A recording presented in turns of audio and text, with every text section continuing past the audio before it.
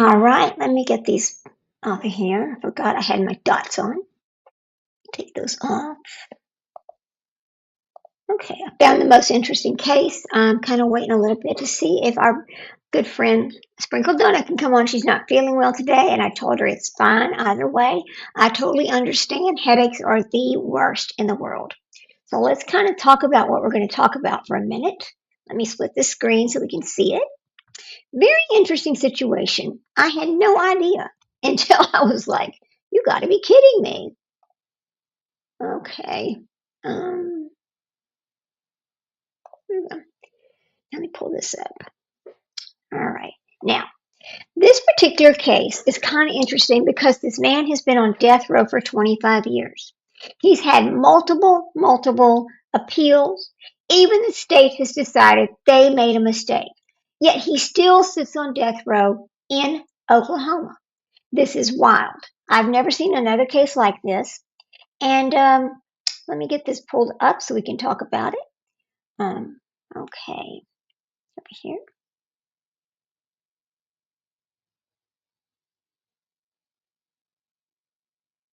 Hmm. Okay, let me find my prior glossip.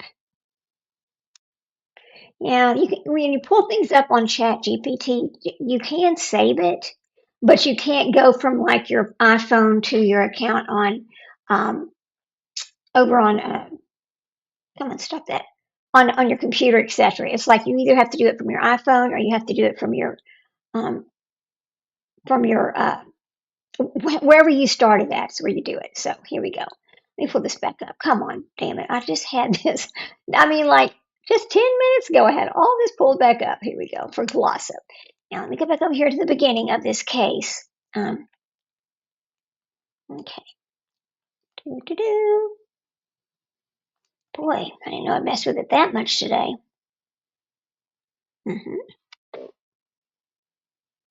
My glossip file. Okay, strange last name, right? One of the things that happened in this case in Oklahoma was there was one person that was an eyewitness, but then later this eyewitness recanted his statement. So that left nobody as a witness to the case, right? Okay, so then this goes back years and years, okay? There's also the oral arguments. We're going to show that too. So here we go. So this is about Richard Glossop, and he was convicted of murder for hire in 1997. That's how old this is. The actual killer, Justin Sneed, admitted to the killing. So he was convicted, but somebody else admitted to the killing. All right. Sneed avoided the death penalty by testifying against Glossop. This case exploded. The entire conviction rests on testimony of the killer himself. So you have the guy who actually did the murder testifying against an innocent person. So here's the hidden evidence and the allegations that go with it. The prosecutors allegedly failed to disclose mental health issues of Sneed, statements affecting credibility, and then that triggers the Brady violation. So there's that. That's a huge issue. So then the next thing that happened is the Oklahoma Attorney General supported a new trial, said the conviction was unreliable. And that's extremely rare for the Attorney General to make that discussion or make that decision and discuss it. Then this case goes over to the Supreme Court. Okay, Supreme Court of the United States had decided. Oh, here's our friend. Here we go. There's Sprinkle. How you feeling, girl? Hey, oh, I got a horrible Uh, migraine. I hate that Horrible for you. migraine. Oh, I'm so sorry. Well, if you, yeah, it just you know, comes on for no reason and then it just does not go away. well, It's just if you feel like you can't stay, just say I can't stay, and that's fine. It's okay. okay. Yeah, yeah. I want to be here to support you. I know. Thank you so much. Isn't this the wildest case? Isn't It it weird? is. I mean, It is. It's crazy. how is he still on death row when somebody else already admitted to it and went and was sent to prison for it, but this guy's still on death row? It's I so know it makes me feel like there's a lot of cover up and somebody doesn't want to get exposed. right. So, down to the court system, not just the police system, the court system, the judges. It just makes yeah. me feel like there's corruption very deep, Well, very deep. we know corruption happens from the case we just did the other day. Right. Yeah, the Fitzsimmons case, absolutely, Yeah. Yeah. absolutely. That was horrific. It She could have went runs to from, prison. yeah. Yeah, oh, yeah, she could have lost her baby, you Hmm. know. It's who knows? I mean, it could be city officials because he'll file a wrongful claim against the city. It's going to cost them millions of dollars if they let him out. That's There's a right. lot of repercussions to that. So who knows how deep and wide those veins go, I mean, I know in Texas the only way you can file is if you are actually, oh shit, I've lost my train of thought. wrongfully convicted. That's what I'm And thinking. well, whenever you go before the court and they say, okay, we were wrong, you have to be, the Right. court has to say we were wrong in public. I mean, it's called, anyway. Once that Right. happens, then you can file. But if they never do that, then you cannot file for the Right. money, which is Well, not fair. that's what I'm saying. I feel like Yeah. that's why they're not letting him out because if they do, then all of this other stuff is going to start. Yeah. You know, I just, the Supreme Court of the United States had to make the final decision on this case, right? Can a conviction stand when the state failed to correct the false testimony? That's part of the questions here. So let me talk about the key legal concepts and this is something. There's the Brady violation, which was them hiding evidence helpful to defense. The Napu violation, allowing false testimony to stand. And then there's due process, which is the fairness of a trial. Now, this is all very important and it all matters. This case is bigger than one man. Can someone be executed based on one incentivized witness? What happens when the state itself doubts the conviction? Those are the two questions in this case. So, it's a man who spent 25 years on death row, convicted with no physical evidence, and now even the state says something went wrong. They admit something went wrong. So, this one witness, who also was convicted of the actual crime, and so the only way that could have happened is if evidence was withheld. We know this, right? So the state itself is questioning. So here we go. Um, let me pull this up. So the exact timeline dates. Let me get this for you on this case. Okay. So in 1997, which is January of 1997, motel owner Barry Von Tress was murdered in Oklahoma. The killer, Justin Sneed, who admitted to it much later, claimed that Richard Gossip had hired him. Then in 1998, Glossop convicted and sentenced to death. The convictions later overturned due to ineffective counsel. Then in 2004, now this is a critical point right here. In 2004, Glossop uh, was retried. Again, he's convicted and given the death sentence based on almost entirely on Sneed's testimony. Okay. Then 2007 comes around. Are you there? Okay. Yeah, I can hear you. Hmm. Okay. Okay, I'm trying to reset my headsets, my Oh, earbuds. I may okay. have to go out and come back in. I hit them and it turned the Fine. mics off. Yeah, we know. We always have problems, don't we? We just laugh about it. All right. That's fine. In I 2007, think I might have got them. oh, I can hear you just fine. Great. Great. Okay. Then Okay, in two, perfect. Perfect. Sorry. okay, 2007, he gets a direct appeal denied by the Oklahoma Court of Criminal Appeals, and that affirms the conviction in the sentence. The next thing that happens to this man in 2015, I mean, this goes on and on, which is kind of crazy, Yeah. I know. In 2015, he's near execution. Glossop comes within hours of being executed. Execution is halted due to drug issues because they could not get the lethal injection. They could not get the drugs. Imagine that. And he's innocent. Here's the thing, he's innocent. Yeah. 2015, a separate case, Glossop versus Gross. The Supreme Court upholds execution method, not the innocence case. So they went back to fight for, well, do we have to use lethal injection or could we do something else? And they said, no, you have to do lethal. 2022 rocks around. There's new evidence. Uh, Investigations reveals possible false testimony by Snead, suppressed evidence about the key witness, because the key witness had already said that he did it and he's already been convicted. 2023 comes around. Oklahoma court rejects the new claims and says the issues are not enough to overturn this conviction. Then again, Oklahoma, then in 2023, 2024, there's a shocking turn of events. This man is so lucky. Oklahoma Attorney General supports a new trial, which is extremely rare, and the state sides with the defendant. The state says, yes, we're going to retry him. He deserves a retrial. But October 9th of 2024, the Supreme Court argument happens, the oral argument for the United States. Now, we're going to watch this oral argument. I just need to pull it up. So I'm going to get it started. Hang on just a second. I got to go over here to YouTube and pull that up.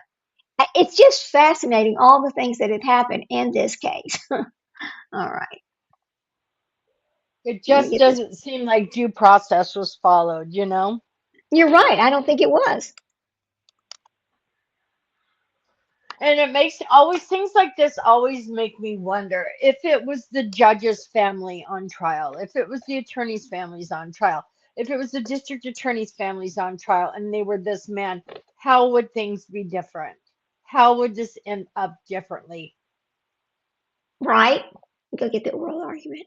This is the oral argument. Hang on just a second, guys. Now, okay, so this is going to be from Prime Crime USA. We have to give them credit for it because the actual, there's an oral argument that's transcribed as well and it's been read aloud, but this is the actual oral argument. So let me share my screen so we can show this and give credit where credit's due. So share my screen. Why doesn't the president step in on things like this? You know, that's a good question. I have no idea. So Prime Crime USA, let me make this big. The governor, the whatever, the governor of the state, somebody should be stepping in. Why is this not all over why is this not a huge news story? Why hasn't it been a huge news story? You know what I mean? Why is it just laying low? It just, it has to be it's a who you know situation, not a what you know situation.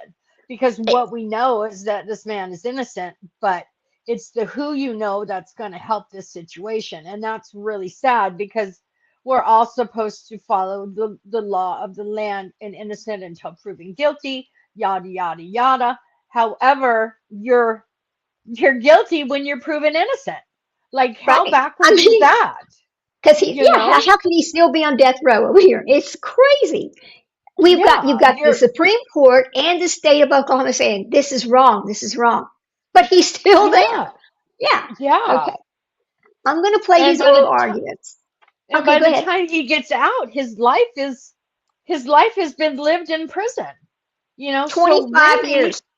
Yeah. Yes, that's a long time.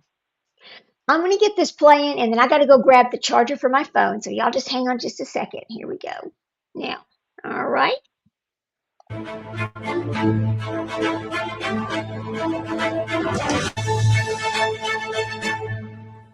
right, get past their commercial here. We will hear argument this morning in case 227466. All right.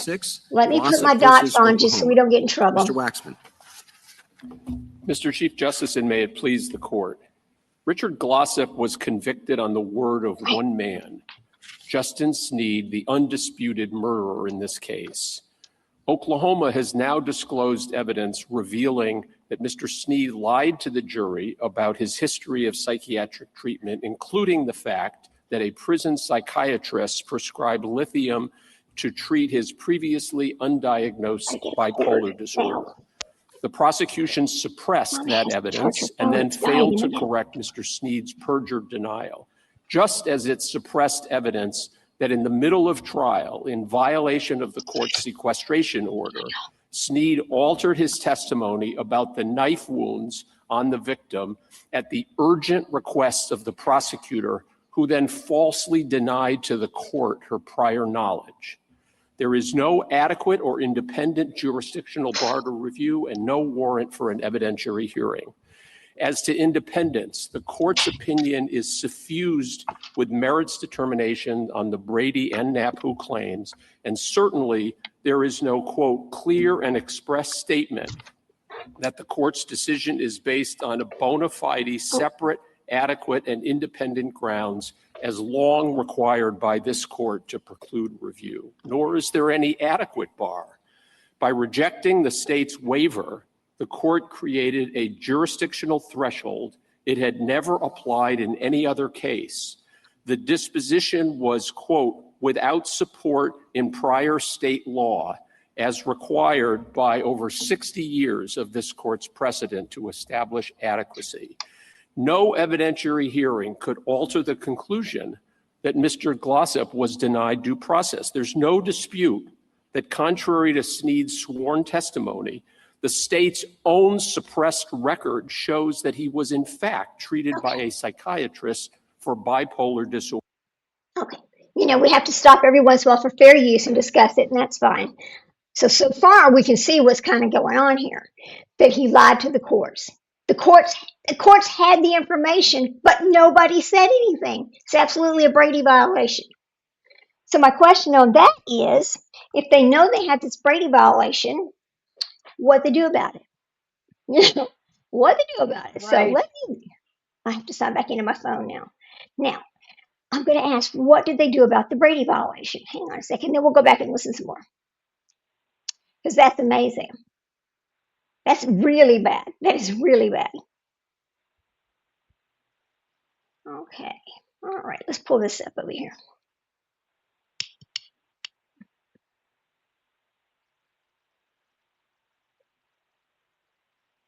Okay, I'm gonna put it over here, over into this one. Hang on a minute. Also, case Brady.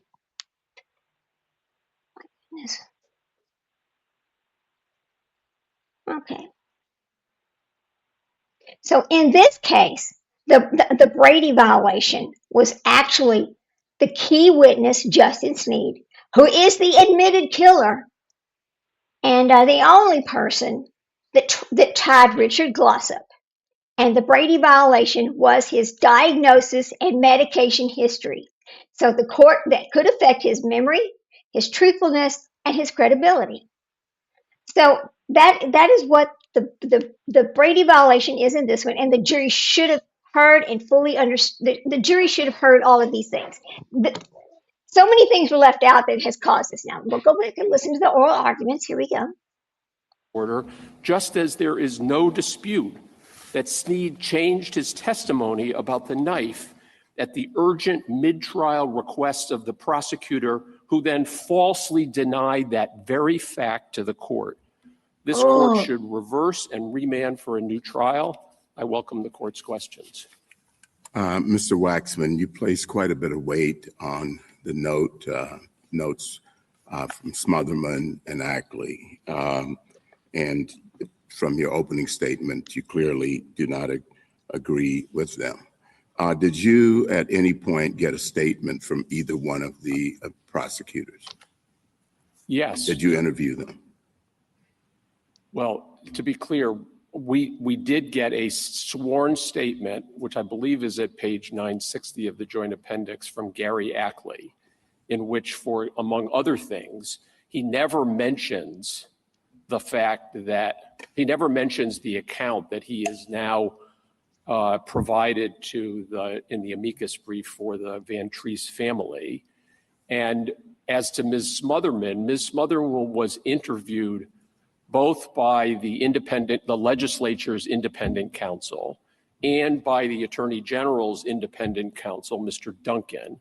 She gave different answers each time, none of which was the account she's now provided in an unsworn letter attached to the Van Treese brief. Well, it would seem that because not only, their reputations are being impugned, but they are central to this case. It would seem that an interview of these two prosecutors would be central They suggest that their interviews were generally about prosecuting capital cases and not specifically about the details of this. Look, their current unsworn statement appended at the very last minute for the very first time in a merits amicus brief before this court deserves all the benefit of the doubt that they, to which they're entitled. When in the context of Mr. Ackley did file an affidavit, it is in the record in this case, and it is not in any way consistent with his current account. Did they make themselves unavailable? Sorry to interrupt. Well, he made himself available. He provided us a declaration. No, it's what you're saying would make sense if for some reason they had made themselves unavailable. They suggest that they were not sought out and given an opportunity to give detailed accounts of what those notes meant and what they did during the trial. Justice Thomas, with respect, there is a reason why both independent counsels and the Attorney General of the state credited the account of what those notes show, and their own words, her own words on the notes can't be disputed. And the reason that they gave for that explanation amounts to the fact that in context, this is a prosecutor who, one, destroyed and dispersed material evidence both before and during the appeal of this case and during post-conviction proceedings.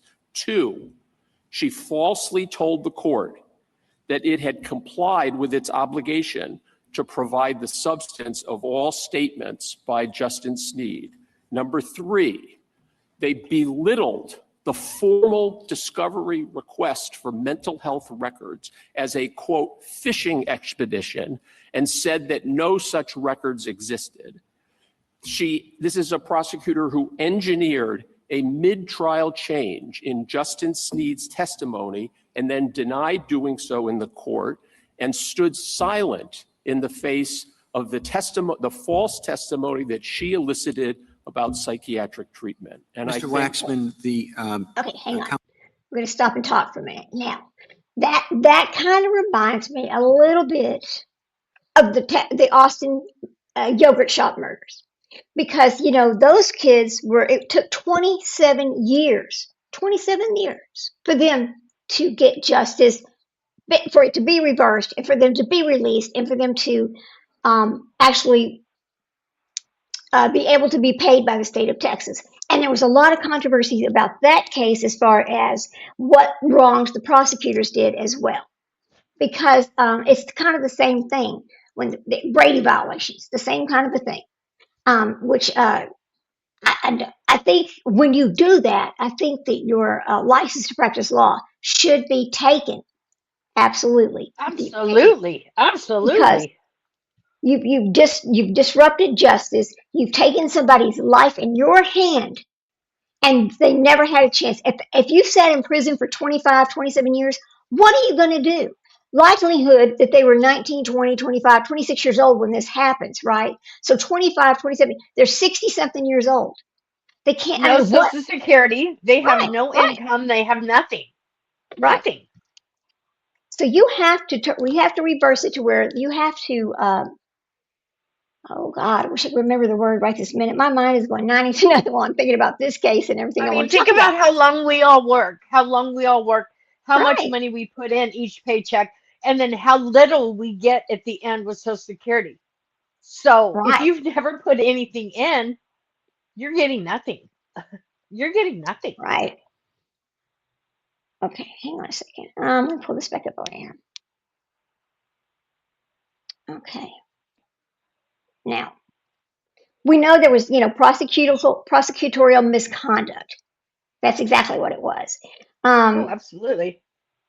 The hidden evidence or that Brady violation, that false testimony, I want to find out how long did it take before that was discovered, because that's pretty important.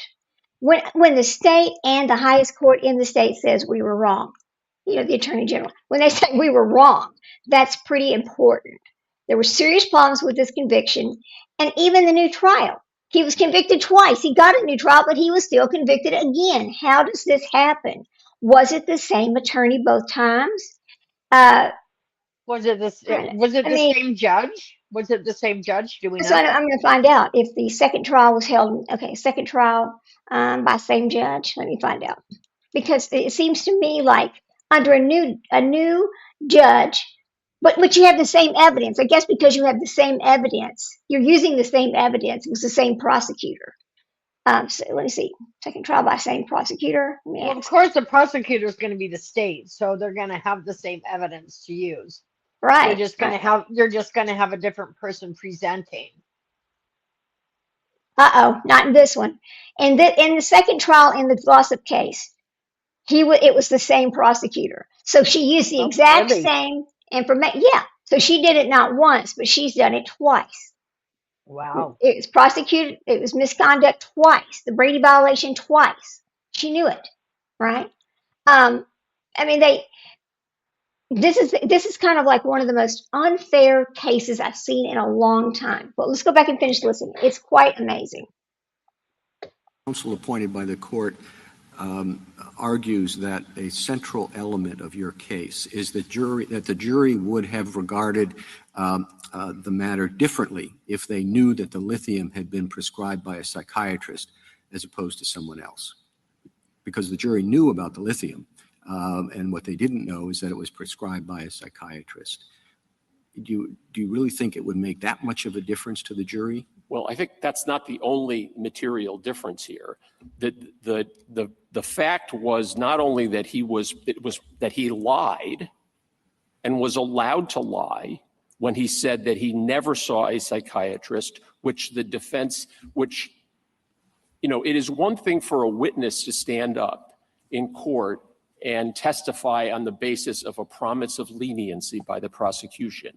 It's one thing for a witness to speculate or be inaccurate about what actually happened. If the jury is told, this is a witness who lied about the fact that he had seen psychiatric testimony and was diagnosed with bipolar disorder, and this is a witness who, at the mid-trial inducement of the prosecutor, changed his testimony about whether, in fact, he had also stabbed the victim, it very well could have made a significant difference in the outcome of the case. Mr. The issue wasn't about him taking lithium.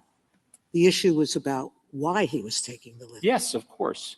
And so the fact that the jury knew he had taken lithium during incarceration doesn't tell them anything about whether he had a bipolar condition, that his use of drugs would have led to impulsive and violent behavior, correct?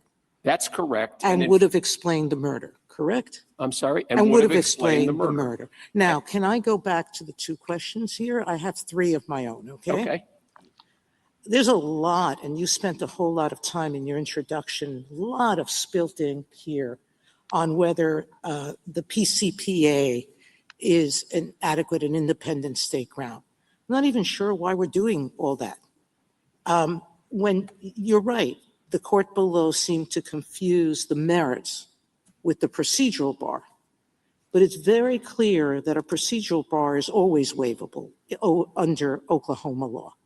Legions of cases say that, correct? Correct. And under federal law. So once you waived, the only issue before the court was the substantive issue of whether there was a violation of federal law, correct? Correct. So that's really the only issue before us. The procedural bar, a lot of spilt ink goes on and on about, is this the first time they didn't waive it? Is it not the first time they didn't waive it?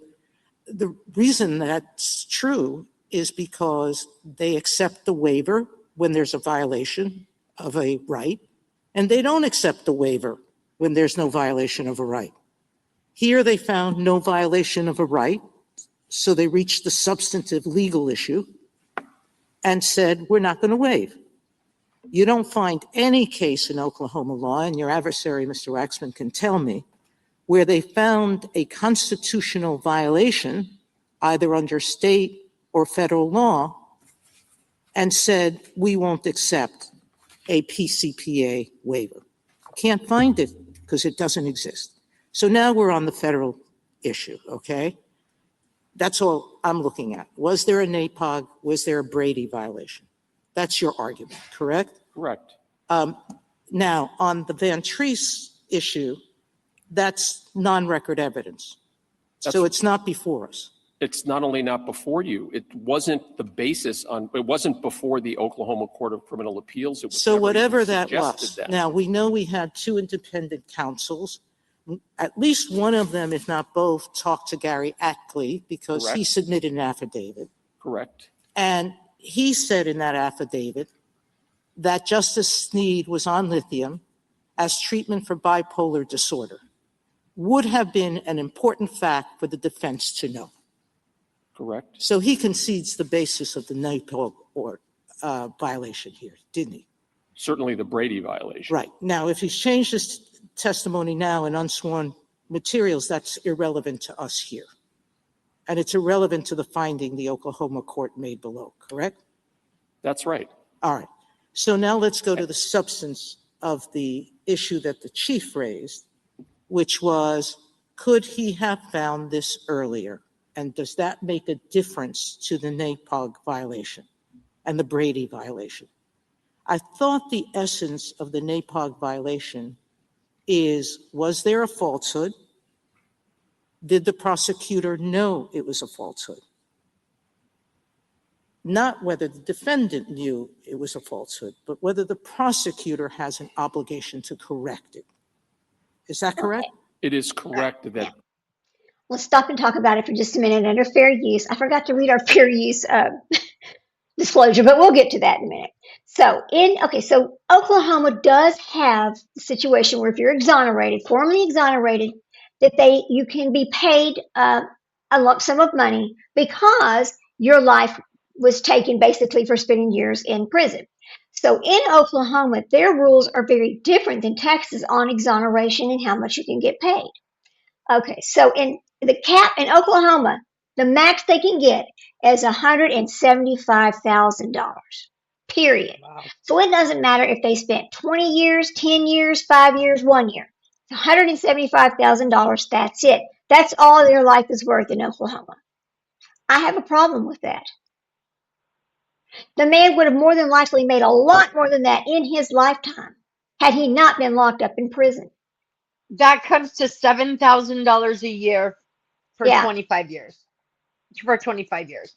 Take that 7,000 and let's divide that by 12. Divided by 12, $583 a month. For your life, $583 a month for every month that you sat in that prison, went through hell, you were innocent. Imagine that. $583 a month. That's all that a person is worth to the state of Oklahoma. Divide that by 30, an average of 30 days, $19 a day. $19 a day. You do realize if they have a job in prison where they make, I don't know, $1.75 an hour or whatever it is, because some of these prisons pay their prisoners at, so much per hour because they have jobs. He would have been making more than that per day in that prison. Yeah, $19 a day. Yeah, it's crazy. Now, Texas, on the other hand, we talked about Texas when we talked about the yogurt shop murders and how the 3 were actually exonerated. One of the people actually passed away before he got his full exoneration. And they were given a lump sum plus an annuity per year for the rest of their life. As That's it so should different. be. That's what it should be, As right? it should be. Right. Yeah.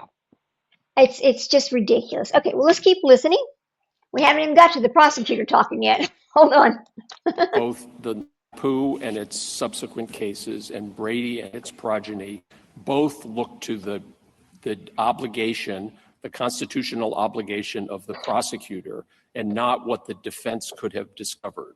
All right, Thank now you, let's go counsel. to, We'll get back shortly through the Syrian question. Justice Alito? You don't have a question. All right, well, Mr. Waxman, Judge Sotomayor has taken us through the whole case, so maybe there's not much left to discuss, but I did have a few questions. The Oklahoma Court of Criminal Appeals said in paragraph 24 of its opinion, quote, even if this claim overcomes procedural bar, the facts do not rise to the level of a Brady violation. Why isn't that a quintessential clear statement under Long, even if it does not overcome the procedural bar then, and it goes on then to the federal issue? Well, I think that the sentence you just read me is susceptible to at least two interpretations. One is the one you're applying, and the other is that they have just finished dispensing with a number of other claims in their opinion, all of which they very clearly, unequivocally barred on state procedural default grounds. When they come to the Brady claim, the court says, even if this claim overcomes procedural bar, I will then now spend the next 4 paragraphs, well, 3 of the next 4 paragraphs, discussing the merits of the Brady claim. And at a minimum, Justice Alito, I think we have to acknowledge that paragraphs 24 through 28, and this is repeated again at paragraph 41 and paragraph 12, that any statements by the court with respect to the state procedural bar are, to quote this court's precedents, interwoven with and influenced by its consideration of the federal constitutional claim. Why is that so? In paragraph 26, the Oklahoma court goes through the 2 requirements under state law, under 1089. The issue is one that could have been presented previously because the factual basis for the claim was ascertainable through the exercise of reasonable diligence. And then it goes on to the innocence requirement. And the facts are not sufficient to establish by clear and convincing evidence that but for the alleged error, no reasonable fact finder would have found the applicant guilty of the underlying offense or would have rendered the penalty of death. What's ambiguous about that? Justice Alito, there is no denying that the entirety of paragraph 26 is a near verbatim recitation of the 2 prongs of the state procedural bar. There is also no denying that it is preceded by 2 paragraphs discussing the merits of the Brady claim and succeeded by a paragraph which also goes in detail in explaining why the Brady claim But what fails. does that show? Yes, there's no dispute that they held in the alternative that there was no federal constitutional violation. But there is the Oklahoma statute. It has 2 requirements. They go through the 2 requirements and they say that they weren't satisfied, and they say even if it could overcome the procedural bar, it still would not provide a basis for relief. I don't see what's unclear or even ambiguous about that. Justice Alito, with respect, let me make 2 points. Number one, I guess maybe 2.5 points. Number one, that when the court deals with the NAPU claim, which it does not address until paragraph 28, it never mentions procedural bar whatsoever. It is fully adjudicated on the merits. Number two, I think that one has to concede that at a minimum with respect to the Brady claim, it is certainly interwoven with, and it's physically on the page, interwoven with what may or may not have been an adjudication of the state procedural bar. Certainly it was influenced by it. And this court 41 years ago in Long versus Michigan, and reiterated 30 years ago, also in another opinion by Justice O'Connor, reiterated that, and I'm quoting, after Long, a state court that wishes to look to federal law for guidance as an alternative holding while still relying on adequate and independent state grounds can avoid the presumption of federal jurisdiction by stating clearly and expressly that its decision is based on bona fide, separate, adequate, and independent grounds. All right, going on to another point. You rely very heavily on a note that says lithium question mark, Dr. Trumpet question mark, and you read a lot into that. And the Van Treese family's amicus brief provides a pretty compelling counter reading of that. And you want us to say, well, just pretend it doesn't exist and read those notes the way we think they should be read, those cryptic notes the way we think they should be read, because it's not the material that the Van Treese brief relies on is not in the record of the case. We shouldn't even remand for an exploration of this.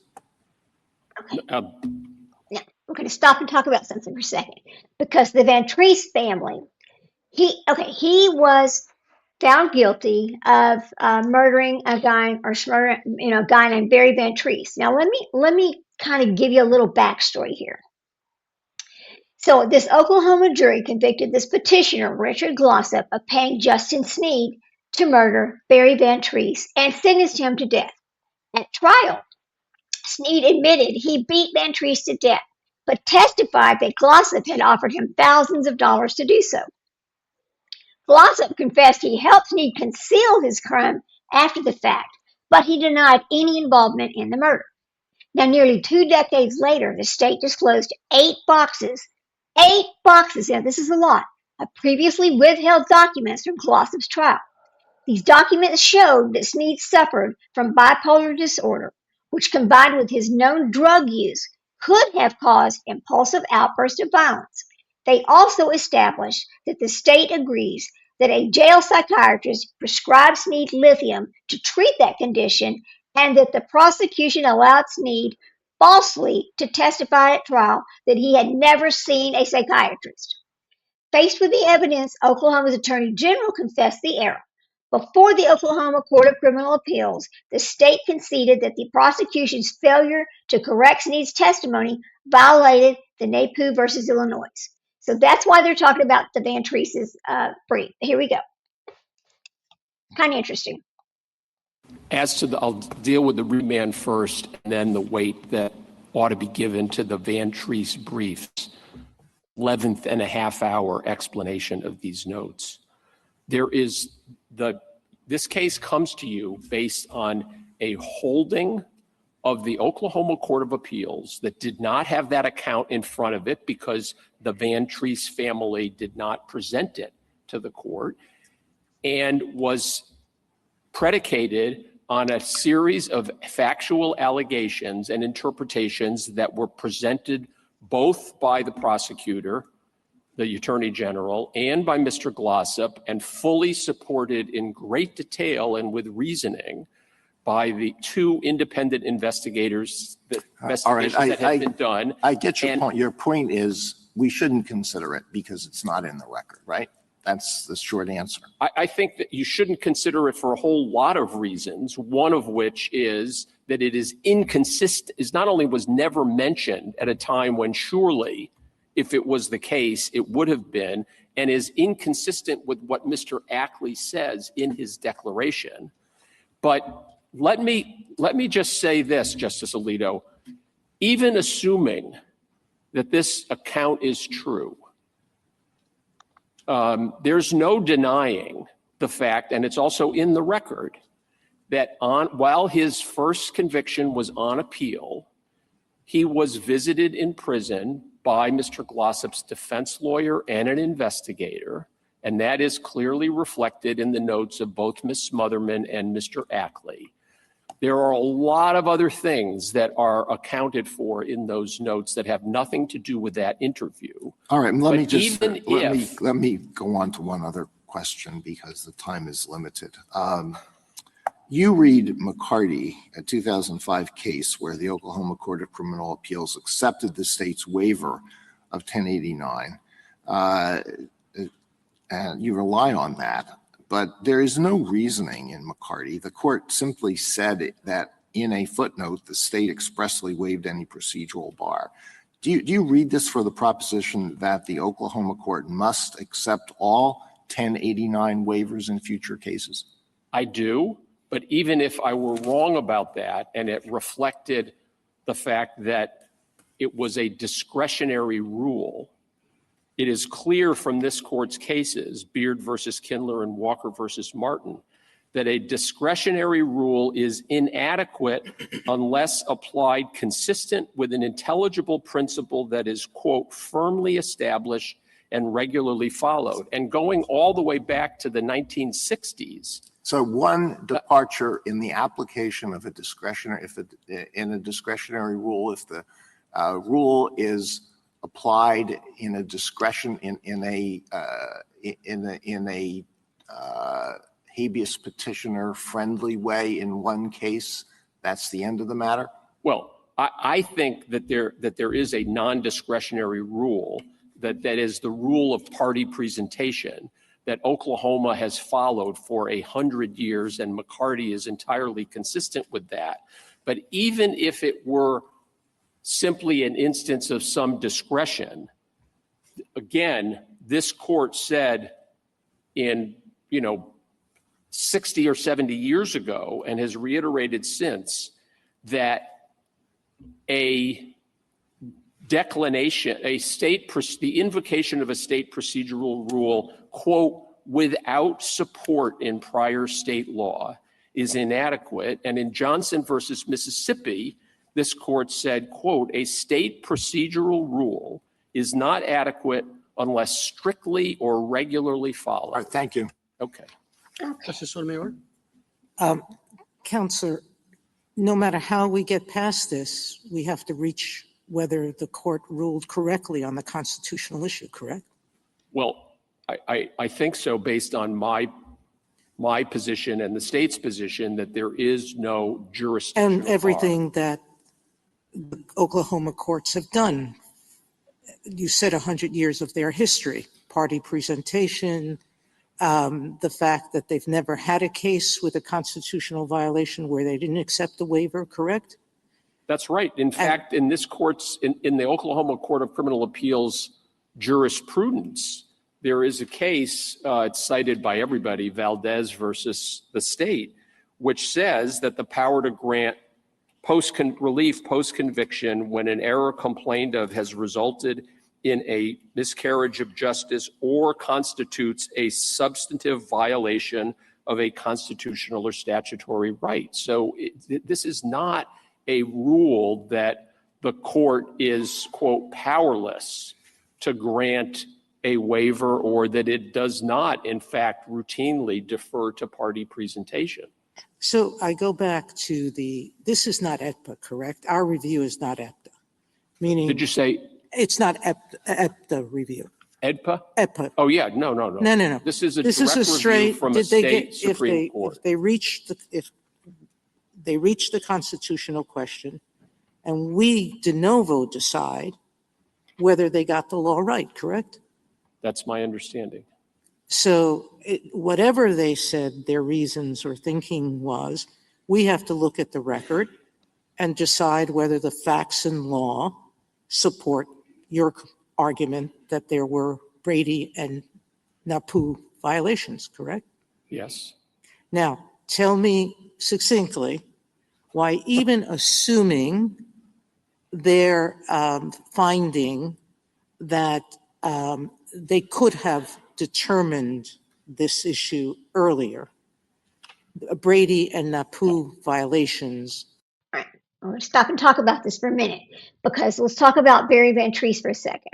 Now, the thing about this is, and you're listening to Sotomayor, and she actually wrote the opinion of the court on this particular case, and this is what I'm kind of reading over here is her opinion on this Glossop versus Oklahoma. And it says, even the Attorney General accordingly asked the courts to grant Glossop a new trial. The OCCA declined to grant relief because it held the state's concession was not based in law or fact. Okay?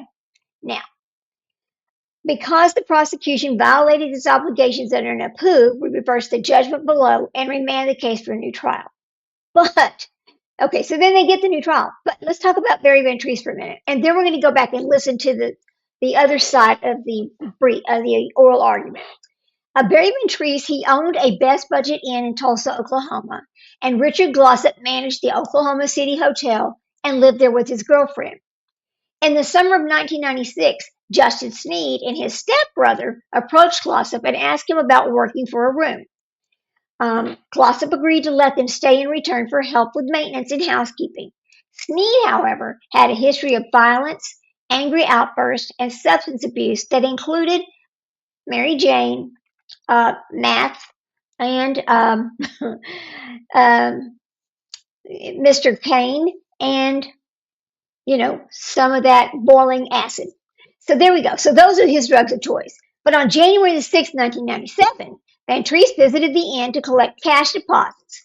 Sneed beat him to death with a baseball bat. Okay. And after killing Ventries, Sneed evaded the law enforcement for several days. Police did promptly interview Glossop, who told them that Sneed had knocked on his door that night with a bump on his head, like somebody punched him. Okay. And we're going to go back and start listening again. Hold on. It's kind of interesting. Would have occurred. Well, I say they, meaning the court below. yeah, so, the part of the adequacy determination, leaving aside this novel and unforeseen refusal to give credit to the state's waiver of procedural bars, is whether there is fair and, quote, fair and substantial support for the prongs of the state procedural default. Here, the court's analysis of diligence, which is paragraph 27 of the court's opinion, defies any reasonable application of state law. The supposition is that Mr. Glossop's lawyers should have brought a claim of constitutional error before they knew the salient facts establishing the error. In this context, we have, number one, with respect to— It doesn't matter what state law says about that. The question is, what does federal law say about it? Correct? Federal law, maybe I'm missing something here, but federal law doesn't, the federal requirement of adequacy and independence is federal law, and that definition of fair and substantial support comes from— You misunderstood my question. Okay, I apologize. I'm past the procedural bar. Okay. I was past it long ago because I think we need to get to the federal question. I hear you. All right. So is there a NAPU or a Brady violation if they could have discovered this earlier? The answer to that question is yes, because the adequacy prong of this court's— Forget adequacy. Okay. The answer is Forget yes. it. Let's assume they had granted your waiver. Okay. All right. Let's assume that. So adequacy and independence is not at issue. Under federal, and this had happened, and it was the first case before the court, and they come up and they say there was a NAPU violation, there's a Brady violation. And your other side comes up and says, no, there wasn't, because you could have found this earlier. Okay. The answer to your question is twofold. Number one, as this court has said in several cases, Brady and NAPU do not stand for the opposite of the proposition that the prosecution may hide and the defense must try to seek. That's the antithesis of what Brady and NAPU and their progeny provide. In addition, it is simply preposterous to argue either with respect to the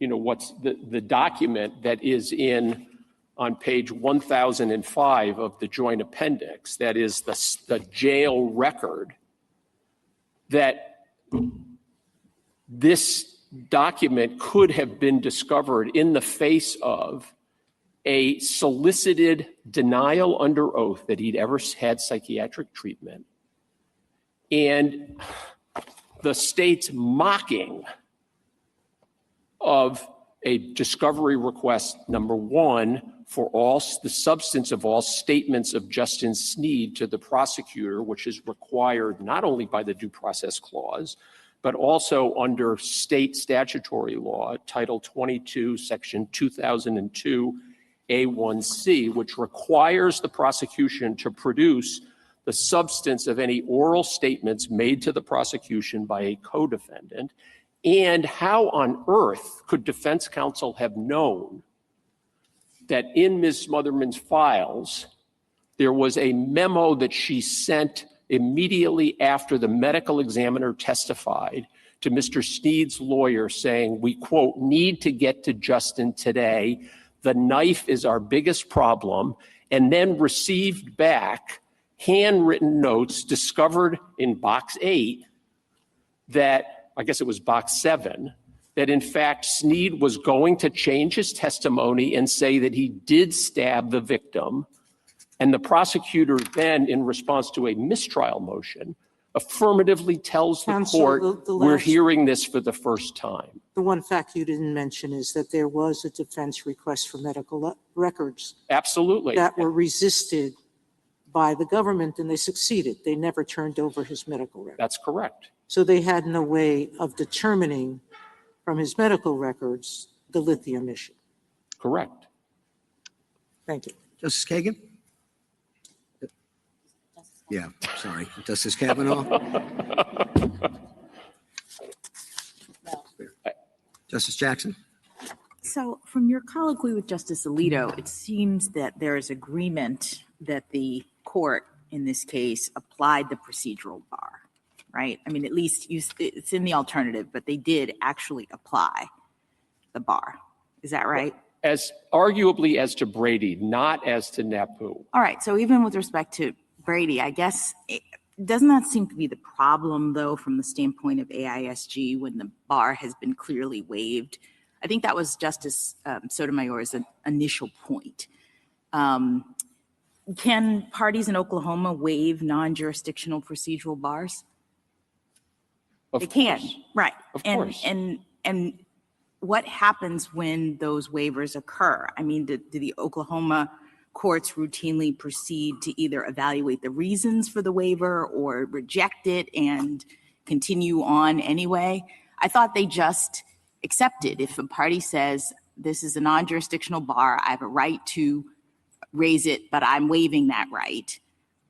The Oklahoma court's standard practice, just like most courts, if not all courts, is to accept that and go on, right? Yes, like the federal courts, the Oklahoma courts honor the principle of party presentation and adversarial presentation in honoring the waiver of those As a matter of practice, so we don't need a rule necessarily that Oklahoma always accepts these. They just do it. I mean, that's what, we don't have any evidence that they've ever rejected it, correct? The waiver. That's correct. Okay. And in fact, the rule that this court applies on the adequacy prong is that it is the refusal to accept a waiver is not adequate unless it has been done consistently in the past. Correct. Thank you. Thank you, counsel. Nothing? Okay, let's stop and talk about this for just a minute, again, under fair use. Now they're going on about this procedural, but remember, there was 8 boxes of evidence not turned over to the defense. 8 boxes.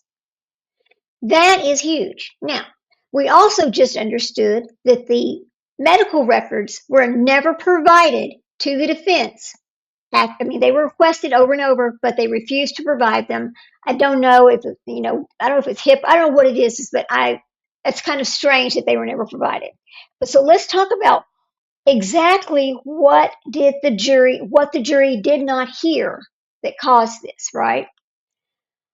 What the jury was told is that the killer says Richard Glossip hired him. He's the main witness. Justin Sneed admitted to killing him, but being a paid killer. The jury sees a cooperating witness. He's given a clear story. There's motive. There's accusations.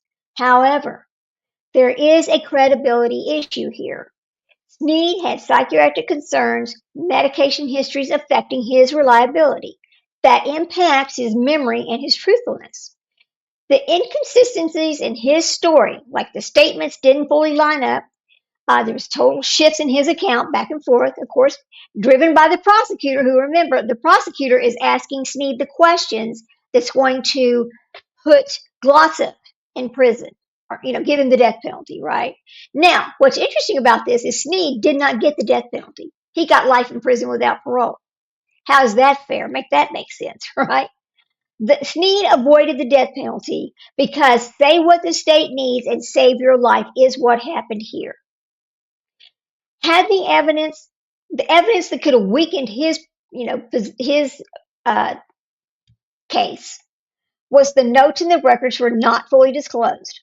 The information that could have been used to impeach him, that's right. Had they had the complete records, they could have impeached Justin Snead. And that would have changed the outcome for Mr. Glossop. That's what happened there. And that is clearly a Brady versus Maryland. So here, let's keep going. Thank you. It's a Brady violation. Mr. Clement? Mr. Chief Justice, and may it please the court, Attorney General Drummond did not confess error here lightly. Indeed, he continues to defend multiple capital convictions and opposed Mr. Glossop's penultimate cert petition. But after commissioning an independent review, he reluctantly reached the conclusion that Brady and NAPU violations by the state's own prosecutors obligated him to confess error and waive procedural obstacles as his predecessor had done in McCarty. That confession demanded respectful consideration and resolution of the issues on the merits, as in McCarty. Instead, the court invoked procedural bars and essentially treated the confession of error as unfounded. The resulting decision made errors on two important federal constitutional issues, and those errors are not shielded by adequate and independent grounds. When the state's one indispensable witness was had bipolar disorder and not a toothache or a common cold, that fact is highly material and merits a new trial. I welcome the court's questions. Mr. Clement, back to the prosecutors. If you had, if they were using a note of yours from 20 years ago, wouldn't you expect them to call you and have an in-depth investigation as to what your note meant? I mean, I would expect that, Justice Thomas. Well, shouldn't these two prosecutors, it seems as though their reputations are being impugned, and according to them, they did not receive an opportunity to explain in depth. Justice Thomas, that's hard to square with the record here. There were two independent investigations. As Mr. Waxman has indicated, Mr. Ackley submitted a affidavit under oath. And, you know, and ultimately, I think the Attorney General, having commissioned a second independent review, looked at the results of that, looked at the notes, and he has to make his own judgment, because ultimately the prosecutor has to decide whether a NAPU violation has occurred. Well, when I looked at the note of Ms. Smotherman, I couldn't make heads or tails of it. It had a few names, it had lithium and question mark, and she explains what it was. And according to her explanation, if it's true, it was simply about a conversation that Glossop's lawyer had with, was it Snead? Snead. And if that's the case, I don't see how there's any basis for either of those two violations. So there's a couple of problems with that explanation, Justice Thomas. First, it's inconsistent with her earlier explanations for the notes. Second, when General Drummond is making this determination, the notes don't stand alone. There's also the medical information sheet that was never. Hang on a minute, because I want people to understand. When you're in trial, it doesn't matter if you made a scribble, if you drew a picture, whatever it is. Everything from that table is boxed and kept. Everything. They don't throw away any piece of paper. Period. Now, yeah, they're going to throw away a tissue. You know, you wipe your nose, that's what you throw away. But every piece of paper on that table that has anything written on it, they save it. They box it because it's part of the trial. Okay, so just to let you know that. Disclosed to the Where defense. was that? What was that sheet? That sheet's at Joint Appendix page 933, and it shows that when he was transferred from the jail facility to the correctional facility, he was under lithium for bipolar disorder. So if we're looking at those notes in conjunction with that medical information sheet, it seems quite the inescapable conclusion that the Attorney General had to make on his own. I think her point was simply, I mean, even that sheet, is that the sheet that she says the sheriff filled out? That it didn't come actually from a doctor? Well, but it's the state's only transport record sheet. that at the point of transfer, he was A, under lithium, and B, it was for bipolar disorder. And so, I mean, again, I think you ultimately have to draw the most plausible inference from all the information available. And But you didn't, though. Her point is that you didn't ask her, that you didn't have an in-depth conversation with her about it. You're drawing it from the note, and which she thinks is inadequate information. Well, the Attorney General is basing his judgment in part on the independent investigation of Mr. Duncan. He talked to Ms. Smotherman. Afterwards, Ms. Smotherman says it wasn't a sufficiently lengthy conversation. I mean, at a certain point, but let me put one more contextual point on the table here. The original request below was for an evidentiary hearing, and the state did not oppose an evidentiary hearing. Now, we think if you look at those notes in light of the medical information sheet, there's no need for an evidentiary hearing, but ultimately we didn't resist it below. If the court had granted it, we wouldn't be here.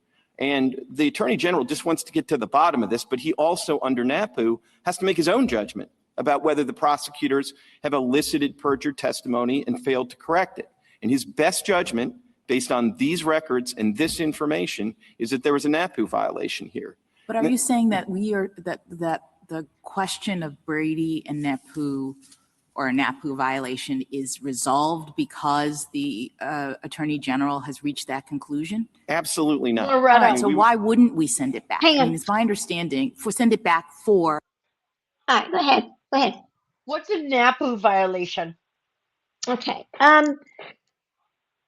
want to get the actual for you so we can actually say it the right way. Hang on. I've heard of Brady violations. I know what that is, but I've never heard of NAPU. Okay. If I Google it, it'll kick me out, and I don't have my laptop open. Yeah. Okay. So a NAPU violation. This is okay. It was a case that was heard in Illinois, and the simple definition is it happens when the prosecution knows testimony is false or misleading and doesn't correct it. Just like what happened here, because they knew he had a mental health diagnosis, he had bipolar, and he was on lithium. They knew that. Prescribed by the psychiatrist, right? That's right. That's right. So that is why it is that particular type of violation. Okay. Okay, thank you, because I did not know. Well. I did not know what that was. Yeah. So I mean, it's kind of like I think the funny thing about this is if you go back and you look at all of these briefs for people that were eventually exonerated, you're going to find the exact same cases are used in every one of them to discuss why it needs to be, what they use to get the reversal or to get the exonerations on these people. It's always those same type of violations. Yeah, I can see that. Yeah, definitely. Okay, we'll keep going. It just doesn't seem like this should be a tough case. I mean, it's all there. Like, what's the holdup? What happened? What's the holdup here? Well, the problem is because there's some evidence. So it's not about guilt or innocence for Mr. Glossop. It's about procedures that went wrong for Mr. Glossop, because not once but twice did they have this trial, and they still failed to provide all the evidence. They did the Brady violation, and it was the same prosecutor both times, and she did not disclose the fact that her witness, the only witness, could have been impeached. Mr. Snead could have been impeached because he claimed that he had not seen a psychiatrist. So that's the whole thing. Because eventually we're going to go back and we're going to read some more of this brief. After we have the oral arguments, I'm going to read some of this about Sotomayor's complete opinion on this, because it's very lengthy, but it describes a whole bunch of things that you're not going to hear in the oral arguments. So here we go. It's my understanding that there's never been a court determination of any of these facts. Justice Thomas is saying there's some disputes about what the notes mean and whatnot. So I guess I don't understand why we wouldn't, at the minimum, have some sort of requirement that a court make a finding about these things. I mean, look, again, we didn't resist an evidentiary hearing below. We would be satisfied if you vacate the judgment below and order an evidentiary hearing. We do think an evidentiary hearing is not necessary here because I just think if you look at those notes in conjunction with the medical information sheet, there's no factual dispute. I don't think there's any factual dispute that certainly the two in conjunction with each other are Brady material. I don't know how they're not. Whether the prosecutor actually knew about it, knowledge is imputed to her, right? I would certainly think so. And so I think under the law, anything in the prosecutor's possession, which includes prison records, Amen. is the knowledge is imputed to the prosecutor, correct? Right. And ultimately, look, ultimately the question is, did she elicit perjured testimony and failed to correct it? And it seems like, especially when you look at it in conjunction with the medical records, and then you keep in mind that the medical records were withheld in contradistinction of, or in contravention of Oklahoma law and Brady, I think there's only one conclusion to be made here. And you can certainly understand why the Attorney General, I mean, if you think an evidentiary hearing is fine, I mean, is necessary, then the Attorney General will be there confessing error again, because as you can understand, given all the evidence here of the NAPU violation, the Brady violation, I mean, even under Smotherman's explanation that these are notes that she took based on what Snead told her, there's an obligation under Oklahoma law to turn over all the defense, all the witnesses' statements. So and especially in here, there was a request for it. I'm sorry. No. So just looking at all of that material, the Attorney General drew, I think, the only conclusion that he could. Can I ask you, Mr. Clement, about some of the questions that Justice Alito was asking Mr. Waxman about whether there's an independent and adequate state ground here, and really focus on these couple of pages of the Oklahoma court's opinion, which I find difficult, to say the least, and ask you what you make of them. So a couple of things. One is, I do think the easiest ground to say there is not an adequate independent state ground here is the waiver issue, as opposed to splicing the opinion. If you're going to splice the opinion— When you say the waiver issue, what do you mean by that? I mean that it is an established principle of Oklahoma law and federal law up until this point that party presentation, that procedural bars are defenses that the state has to invoke and can waive. And that is 100 years of unbroken practice. McCarty is a perfect example of that. In some respects, I think the fact that there wasn't an elaborate explanation that they were accepting the state's waiver is kind of the point. When the state waives a defense, you move on and you discuss the merits, which is exactly what the court did in the McCarty decision. This court's decision in Trest against Kane, which was a unanimous decision, says that procedural default is a defense that the state must raise or it waives. So you just have this, incredibly unbroken tradition that procedural defects, procedural bars are defenses that the state can waive. And here for the first time, they say, no, that's for us to do, not for you to do, Mr. And suppose we want to go beyond that, because it is true that we rarely say that there's no adequacy because this is so out of the ordinary. It's a very rare kind of thing for us to say. And if we want to just look at what the Oklahoma court did in terms of justifying its denial of the confession of error and its determination to proceed, how do you describe what they did? Sure. I think it's easy as to NAPU, and it's a little more complicated as to Brady. As to NAPU, I think paragraph 28 stands alone. It's their only resolution of the NAPU claim. They don't talk about the procedural bars at all. There might be in that paragraph, the last sentence is an oblique, very oblique reference to the materiality prong of the procedural bar statute. Well, I read it differently. I read it as a oblique reference to the materiality standard under NAPU. Okay. But if we're into the world of competing oblique references, that's when I think Justice O'Connor comes to the rescue and says that if you're not clear about it and it's ambiguous, then the federal issue is before this court to decide. And paragraph 27?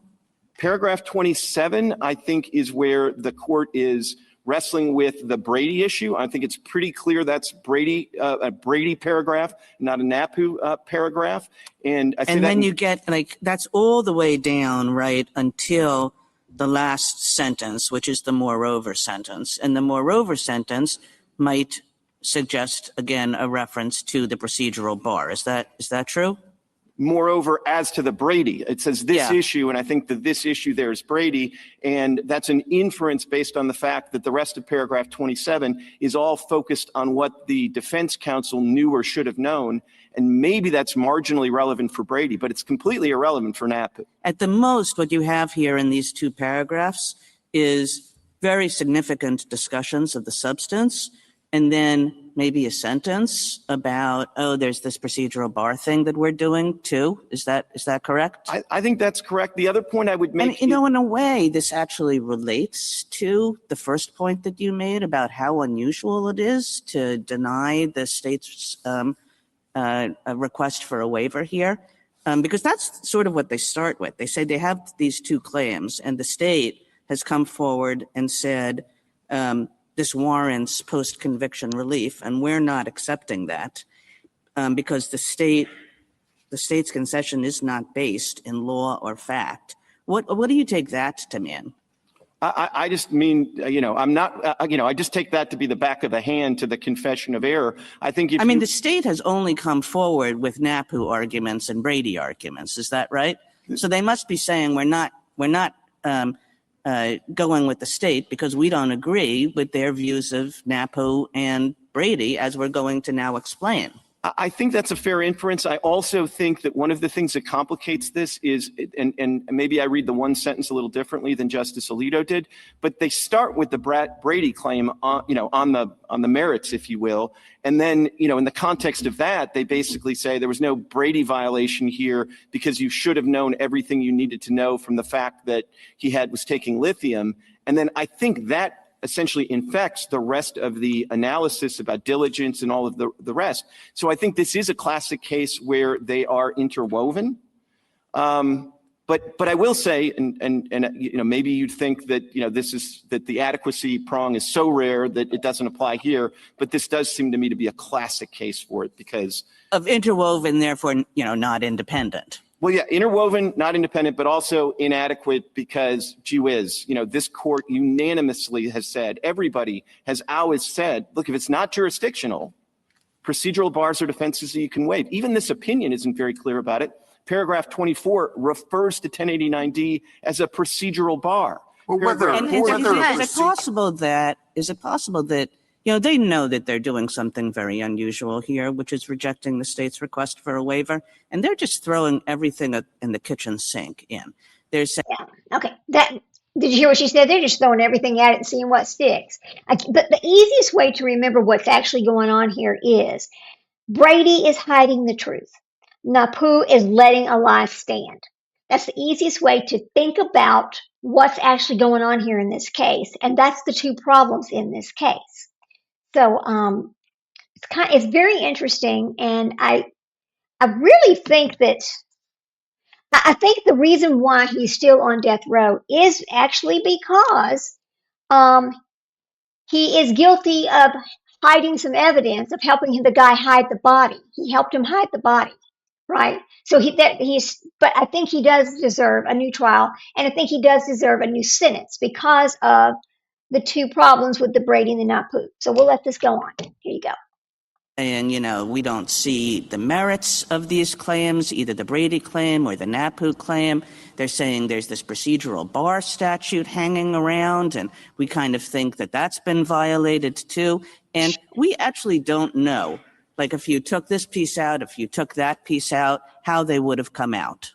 I think that is fair, and I think that gets you into Michigan v. Long and Coleman against Thompson. I also think it is fair to say what is clear is they have not accepted the state's the waiver of procedural bar defenses for the first time in the court's history. But Mr. Clement, whether a procedural bar whether the waiver of a procedural bar must be accepted by the Oklahoma court is a question of Oklahoma law, right? The Oklahoma Court of Criminal Appeals can say, we always accept these, we never accept them or sometimes we accept them, right? It's definitely a question of Oklahoma law. But and you have exactly one case, McCarty, for the proposition that this waiver must be accepted. Exactly one. Can you cite one other case where we've deemed a state decision inadequate for conflicting with one prior opinion? I thought our decision said that there's inadequacy when they conflict with many quote, past unambiguous holdings. So, at least according to the dissenters in Cruz, that was a case where you found inadequacy when there wasn't a single case on point and it was a question of first impression. I would say, though, this, I think it's important to understand McCarty does not stand alone.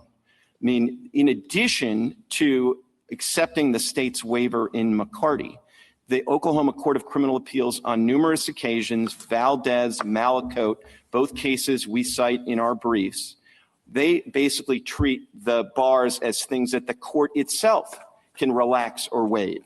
And that is equally inconsistent with treating them as a jurisdictional requirement that can't be waived. That stands, again, against the backdrop of Oklahoma party presentation principles, this court decision in Trest v. Kane. The 10th Circuit has treated 1089D as a procedural bar that the state can waive. And I think ultimately the question for adequacy, this court's case say a rule is adequate, a state rule is adequate if it's firmly established and regularly applied. The question for inadequacy is whether it's an unexplained departure from past practice. Thank you, counsel. Justice Thomas, anything further? Just one point with respect to the transport order. I think my concern is that in their letter, the prosecutors say they did not see the transport order until 2022.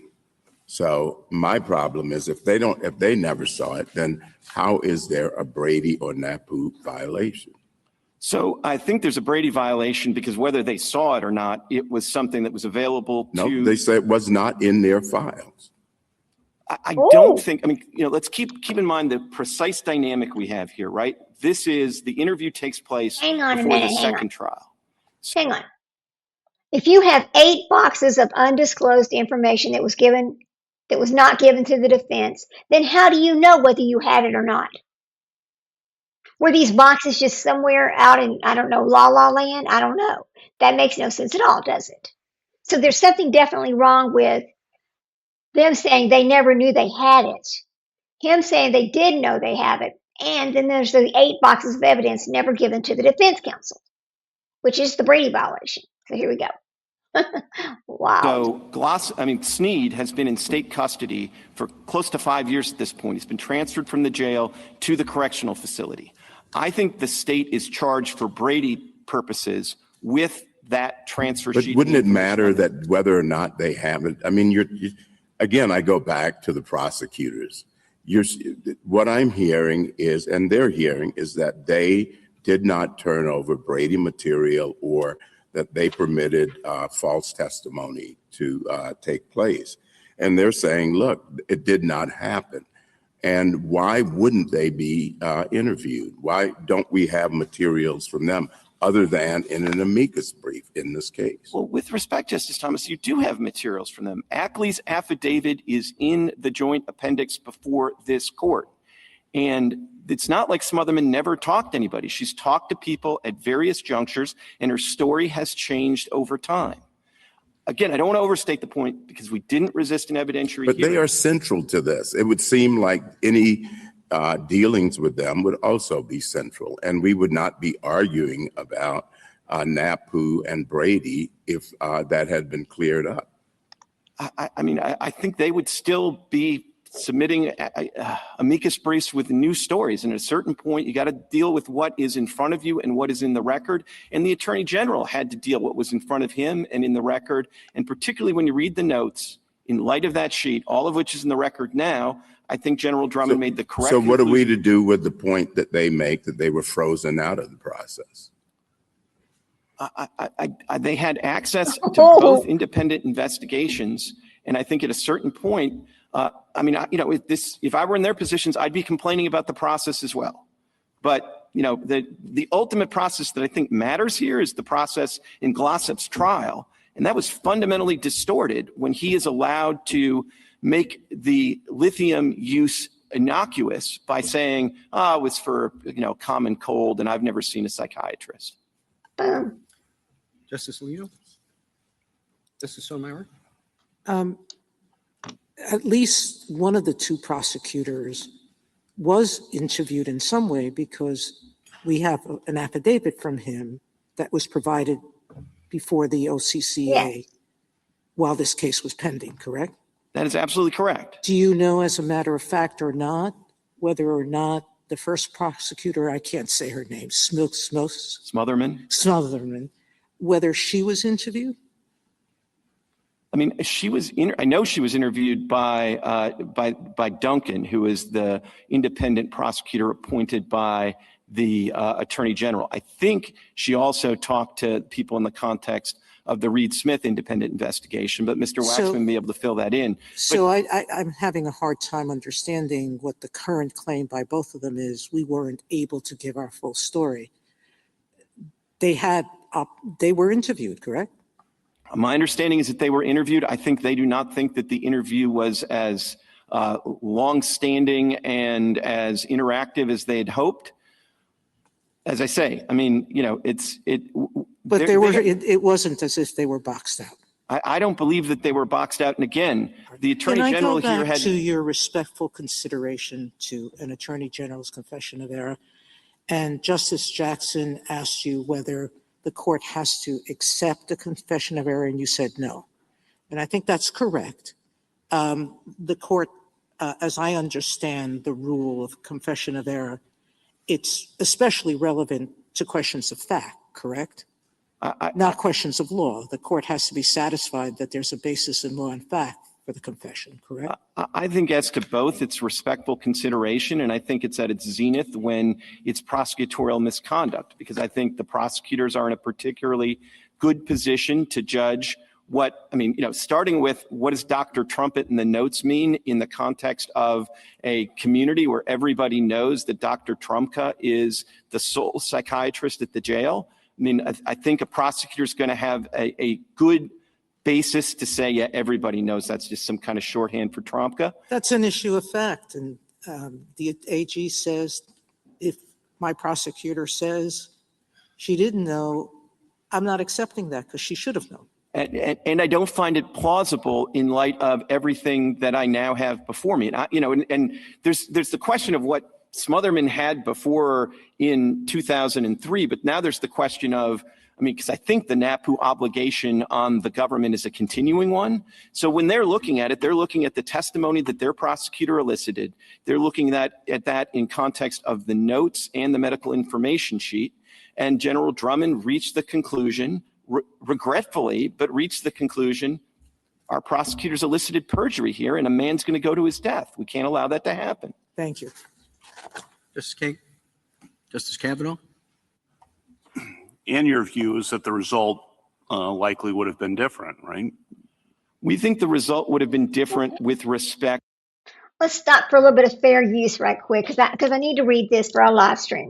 This live stream includes excerpts from court proceedings and other publicly available materials for the purpose of commentary, criticism, and education. All content is used under the Fair Use Doctrine pursuant to Section 107 of the Copyright Act of 1976, which allows for use of copyrighted material for purposes such as criticism, comment, news reporting, teaching, scholarship, and research. This broadcast is not intended to replace the original sources. Instead, it adds analysis, context, and discussion to help viewers better understand the legal issues presented. All rights are reserved. All rights to original content remains with the further rest with their owners. So there you go. We've got that out of the way. Now, we're going to go back and start listening to the rest of this. It's kind of interesting, isn't it? I mean, he's admitting that the prosecutors basically they exactly hit it. They hit it. They knew it, because what they're talking about, this jail transport sheet, is this sheet that goes with the prisoner when they go to the prison. It comes from the jail. that talks about everything that's wrong with these people. It's their whole history while they were in that jail. Everything's on this sheet. So when you just okay, when you work when you send somebody to the Texas Department of Criminal Justice, and I know this because I've prepared these packets before.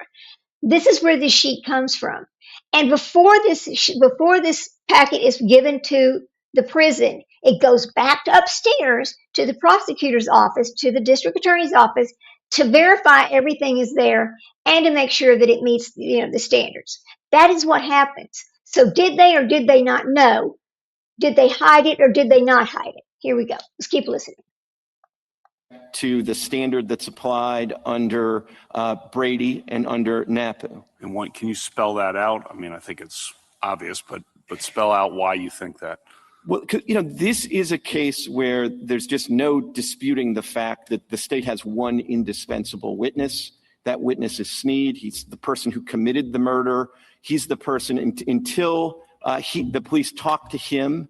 Glossip was only charged as an accessory after the fact. So there's every indication this is the absolute critical witness. And if that witness lies on the stand, perjures himself on the stand, that seems to me that could have a reasonable probability of leading to a different result for at least two reasons. One is, this is the key witness, and the jury has just seen him under oath lie to their faces. And if that comes out, I mean, whatever other problems with his credibility that the prosecutors have at that point, they have a much bigger problem at that point. And without his testimony, there's no way to get the conviction of murder, let alone the death penalty. The second thing, though, of course, is that defense counsel, I think logically, if Snead's testimony hadn't led him away from bipolar disorder, then they bring in a psychiatric expert and they make a big deal about how his confessed methamphetamine use combined with bipolar disorder makes him somebody who could act impulsively and violently, and that opens up a whole nother defense for for Glossip. Now, to be clear, I'm in an unusual position here because General Drummond has not only confessed error, but he's made it clear that he's not going to drop this prosecution or doesn't accept that this is the poster child for an actual innocence case, and he intends to reinitiate criminal process. But I think he thinks that given the centrality of Snead's testimony in this perjury, this is not a conviction that can stand. Okay, thank you. Justice Barrett? On McCarty, so that is the only case, right? Well, you have. I mean, otherwise it's party presentation for a long time, but not zeroing in on the procedural barred issue here. I just want to be sure I understand. I'm not trying to be hostile. And I'm not trying to be evasive. I don't view it as our only case because I think Valdez and Malacote, both decisions of the OCCA, that treat it as non-jurisdictional because they say the court itself can excuse 1089D if there's manifest injustice or a serious statutory or constitutional error. And that's invoked even in paragraph 40 of the opinion here. So I don't think, the way I think of party presentation and all of that, I don't think that the court can have it both ways. If it's jurisdictional, it's jurisdictional and nobody gets to waive it. And so that's why I don't think McCarty stands alone. And of course, we're talking the standard is unexpected departure. Okay. Here's the Attorney General's office. We got McCarty, but we got Valdez, we have Malacote, we have the 10th Circuit saying 1089D is a procedural defense that we can waive. Did you cite McCarty or so in the fourth, let me make sure I've got the sequencing right too. This is the fifth post-conviction application, right? And in the fourth, they also refused to accept the confession of error and the waiver, right? That is true. So when the fifth came up, it wasn't as much of a surprise, right? I mean, why wasn't the Attorney General ready at that point to say, but there's McCarty and you can't reject our waiver? I mean, look, in a perfect world, I mean, maybe we would have done that. But in the real world, we thought we were waiving it. I mean, I know this is like in the weeds, but, we expressly argue that the evidence is sufficient under 1089C, which is the standard for the first habeas petition. So it's clear to everybody. I mean, my friend and your friend, your court-appointed friend, says, well, maybe it wasn't clear enough to the Oklahoma Court of Criminal Appeals. But it was crystal clear to them that we were trying to waive it and they weren't going to let us. And I think the fact that, yes, it's 2 cases in the history of man, both involving Mr. Glossop, I think that still puts us well within the adequacy. And the only thing I was going to add is, I know I've said it before, but I think it's really powerful, is trust against Kane. This court unanimously says, yeah, of course, procedural bars, procedural default, that's a defense. The state can waive it. And the state can waive it not just by intentional relinquishment, but by abandonment. That's Wood against Milliard. And even if there's some question about whether we were sufficient in intentionally relinquishing it, we absolutely abandon it. So I just think this is a case where, and there's a systemic issue here, right? Because, I mean, it's Oklahoma law, they get to do what they want. But if Oklahoma is going to say you can't waive under these circumstances, it's going to create a whole federal courts exam about how it is that a state prosecutor is supposed to confess error when they discover a Brady or a NAPU violation after the first state habeas petition has been filed. And, I've tried to think through it all, and I think at the end of the day, there must be a due process right to present that somewhere. But boy, we don't have that issue. You don't have it directly, and it's a lot harder issue than whether invoking this as an unwaivable jurisdictional bar for the first time in the history of man is adequate. I think that's a far easier question than the due process question about, is there some ability to bring this kind of confession of error to some court somewhere and get to the merits? Okay, I want to ask you about the standard of review for looking at Smotherman's notes, because one of the difficulties, I think, with the notes is that, putting aside whether the Van Treese brief is in the record, it's not. It still reveals that there are multiple plausible interpretations of the notes. So are we supposed to? So let me tell you what the note is in case you did not catch this. The note is they're at the prosecution table, and this trial is going on, right? The trials, people are being questioned and they're presenting their cases, but there is a handwritten scribble, and it says on there the name of the doctor, ? And it says lithium. That is where this is coming from. Then they find the record that's going from the sheriff's department to the prison system that says he was seen by the psychiatrist, and the name of the psychiatrist is the name that's on the note, the scribbled notes that were from the trial. That is the notes they're talking about, that they're interpreting. Here we go. Just want to explain that. To be applying kind of a preponderance standard, that we think it's most likely that they reflect that she knew about the psychiatric examination? I think that's right. I think it is a preponderance. Okay. And I think, not to be repetitive, but I think that's also the standard for the prosecutor. Because the prosecutor in the first instance, I think you want them to confess NAPU errors. You want them to confess Brady errors. And I don't think you want them applying a clear and convincing standard or beyond a reasonable doubt. I think you want them to say straight up, if we blew it and there's a NAPU violation here, we should confess it. Justice Jackson?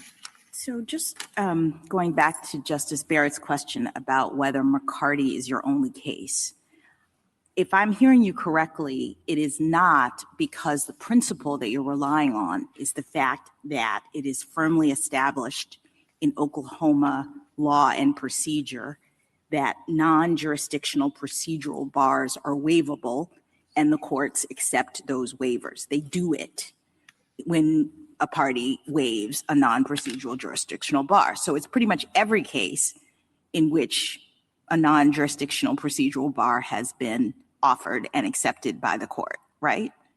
That's our view, and I think it's buttressed by the fact that the Valdez and Malico cases, even though they're not sort of confession of error or express waiver cases, they show the Oklahoma Court of Criminal Appeals treating 1089D as non-jurisdictional. Because if it's non-jurisdictional, they can't excuse it because of... Right, so it fits into the category of a non-procedural, so a non-jurisdictional. Right.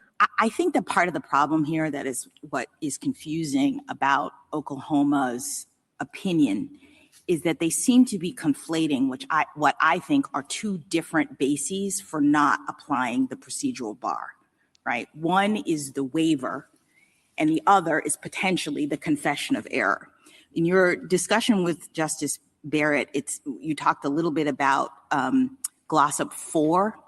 And in my reading of that, that was a situation in which there was a waiver expressly made, but I didn't know that there was also a confession of error. Am I right about that? You're absolutely right about all right, that. In so, fact, it was the least confession of, I mean, it was the furthest removed from a confession of error. It's like there's a lot of chum in the water and we just want you to decide the merits, but we think they are absolutely wrong. And so I think that's really important because the prosecutor, I think, is actually making two different determinations that might be relevant to whether or not the procedural bar applies. The first is whether or not to waive it, which is what they do in Glossop 4.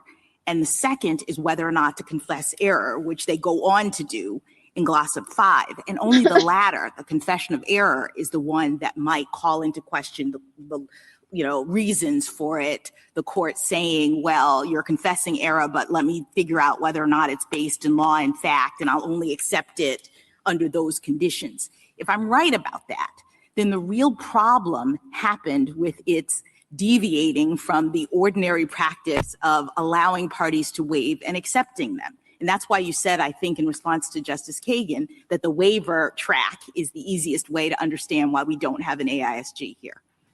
Absolutely, Your Honor. And again, just in all candor to this court, I'm representing Oklahoma. Oklahoma, in a lot of other cases, is going to be saying that's adequate and independent state ground. But I think we want to be in a position where if we make a determination that there's been a constitutional problem with one of our prosecutions, we want to be able to confess that error and get to the merits. I understand, but I don't want to conflate the two. I mean, when there is a waiver, courts don't ordinarily go into why you are waiving. You say, this is my right to press this procedural bar and I'm waiving it. And the court says, fine, we move on to the merits of the argument. What happened here, I appreciate. The Attorney General goes on to explain the reason why he wants to waive it. It's a confession of error, but I don't think the court gets to reject the waiver if it disagrees with the confession of error, because waiver is a separate basis for, relinquishing the procedural bar. I agree entirely, and I think ultimately, getting back to Justice Kagan's question, it may also explain why the opinion is sort of intertwined. Correct. Because they are sort of treating them as one and the same. And in fact, I think it's, paragraph 25 or 26 specifically says the confession can't overcome 1089D, which is perfect evidence that they've kind of conflated the two. Correct. Because the confession isn't what overcomes 1089D. It's the waiver that should, at least historically, everywhere but Oklahoma. Thank you. Thank you, counsel. Mr. Michel. Mr. Chief Justice, and may it please the court. Over the past 20 years, the Oklahoma Court of Criminal Appeals has reviewed and upheld petitioner's conviction 6 separate times, finding compelling evidence that he commissioned the murder of Barry Vantrease. Petitioner now contends that the note, Dr. Trumpet ? Would have so transformed his case as to justify vacating his conviction. That is wrong. The court below correctly rejected petitioner's claims on adequate and independent state grounds, that he failed to show reasonable diligence or clear and convincing evidence of innocence. The Attorney General did not waive those bars in this case, and the court was free to apply them in any event. This court should accordingly dismiss the case for lack of jurisdiction, leaving petitioner free to pursue state law clemency or other available relief. If the court reaches the merits, it should affirm. The cryptic note does not establish any of the threshold elements of petitioner's claim, and perhaps most clearly, the note is immaterial because it adds nothing of substance to what petitioner already knew. Critically, petitioner has known since he received the competency report in 1997 that Justin Sneed took lithium and had a mental illness. But petitioner chose not to question Sneed's mental health at the trial because he knew that doing so would reinforce the prosecution's theory that Sneed was vulnerable to his manipulation. Nothing in the note would have changed that decision or the jury's, particularly considering the extensive other evidence against petitioner, including his motive to commit the crime and his cover-up of the body. The parties rely heavily on the Attorney General's confession of error, but courts, not executives, determine whether to vacate final judgments of conviction. The court here decided the case on the law and the facts. This court cannot ask for any more than that. It should leave the conviction in place. I welcome the court's questions. What do you make of the absence of statements by the prosecutors in this record and the absence of Ackley's notes from the same meeting? I think, as the Van Treese family's amicus brief explains, it indicates that the investigation the Attorney General conducted here and the other independent investigations were not particularly thorough. I will note that the Ackley affidavit, this is at JA 940, says that he thinks the mental condition was disclosed to the petitioner with the competency report in 1997, and I agree with that, and that's their witness who I think has conceded an important point against them. Mr. Michel, I asked, I forget whether it was Mr. Waxman or Mr. Clement, about your argument in the brief that all that's at issue here is whether or not the lithium was prescribed by a psychiatrist or by someone else, and that alone was not sufficient to affect the jury's deliberations. Now, they had responses to that elaborate on what they regarded as the significance of not just who prescribed it, but the lithium itself. In other words, the bipolar determination, and we heard him, emphasize that contrary to what he had said, it's not simply for a cold. I wondered if you could respond to that. Sure, Mr. Chief Justice. I think materiality, I think this question goes to materiality. It's a comparative doctrine. You have to compare what was in the case before the new information and then determine whether the new information would have made a difference. And I think in this case, that determination can be speculative in some cases. This is perhaps the rare case where the defendant's own conduct sheds considerable light on the importance of the information. After all, as I said at the outset, petitioner has known since 1997 that Snead took lithium. And if you look at page JA 700, that's the Dr. King competency report, it says, does this patient have a mental illness? And the answer is yes, underlined exclamation point.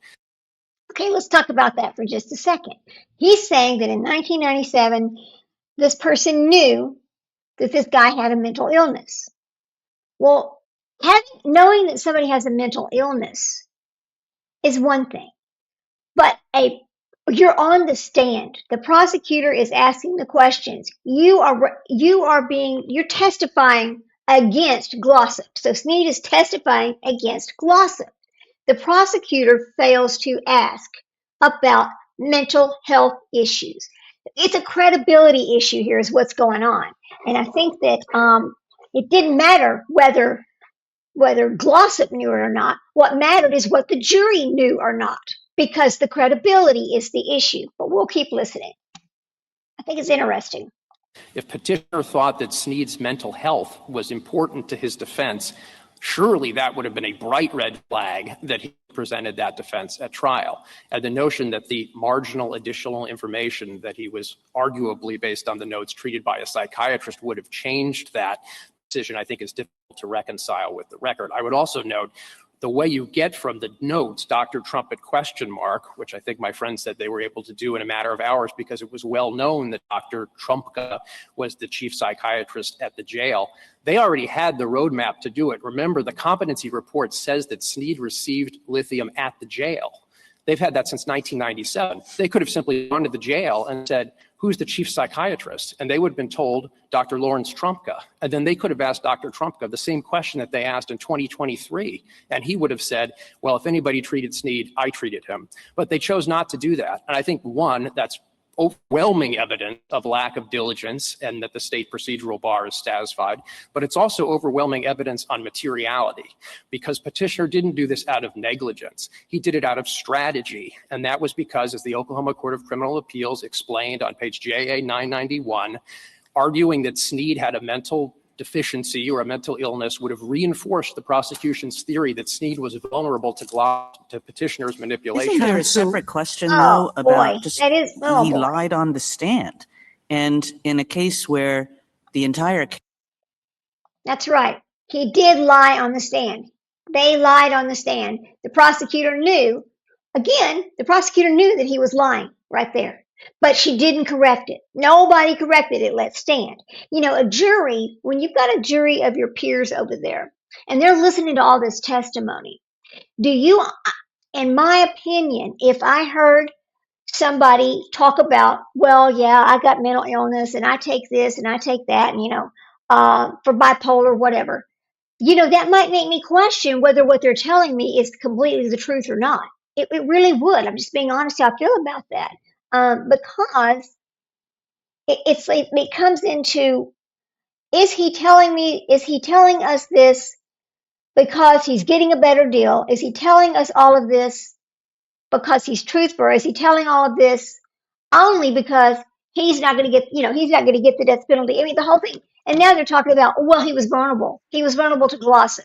Are you telling me that Glossop is basically sort of like Gypsy Rose Blanchard, and that Goda John and this Mr. Sneed were kind of alike because she was able to talk him into it? Was Glossop able to talk Sneed into the same thing? That's a question, isn't it?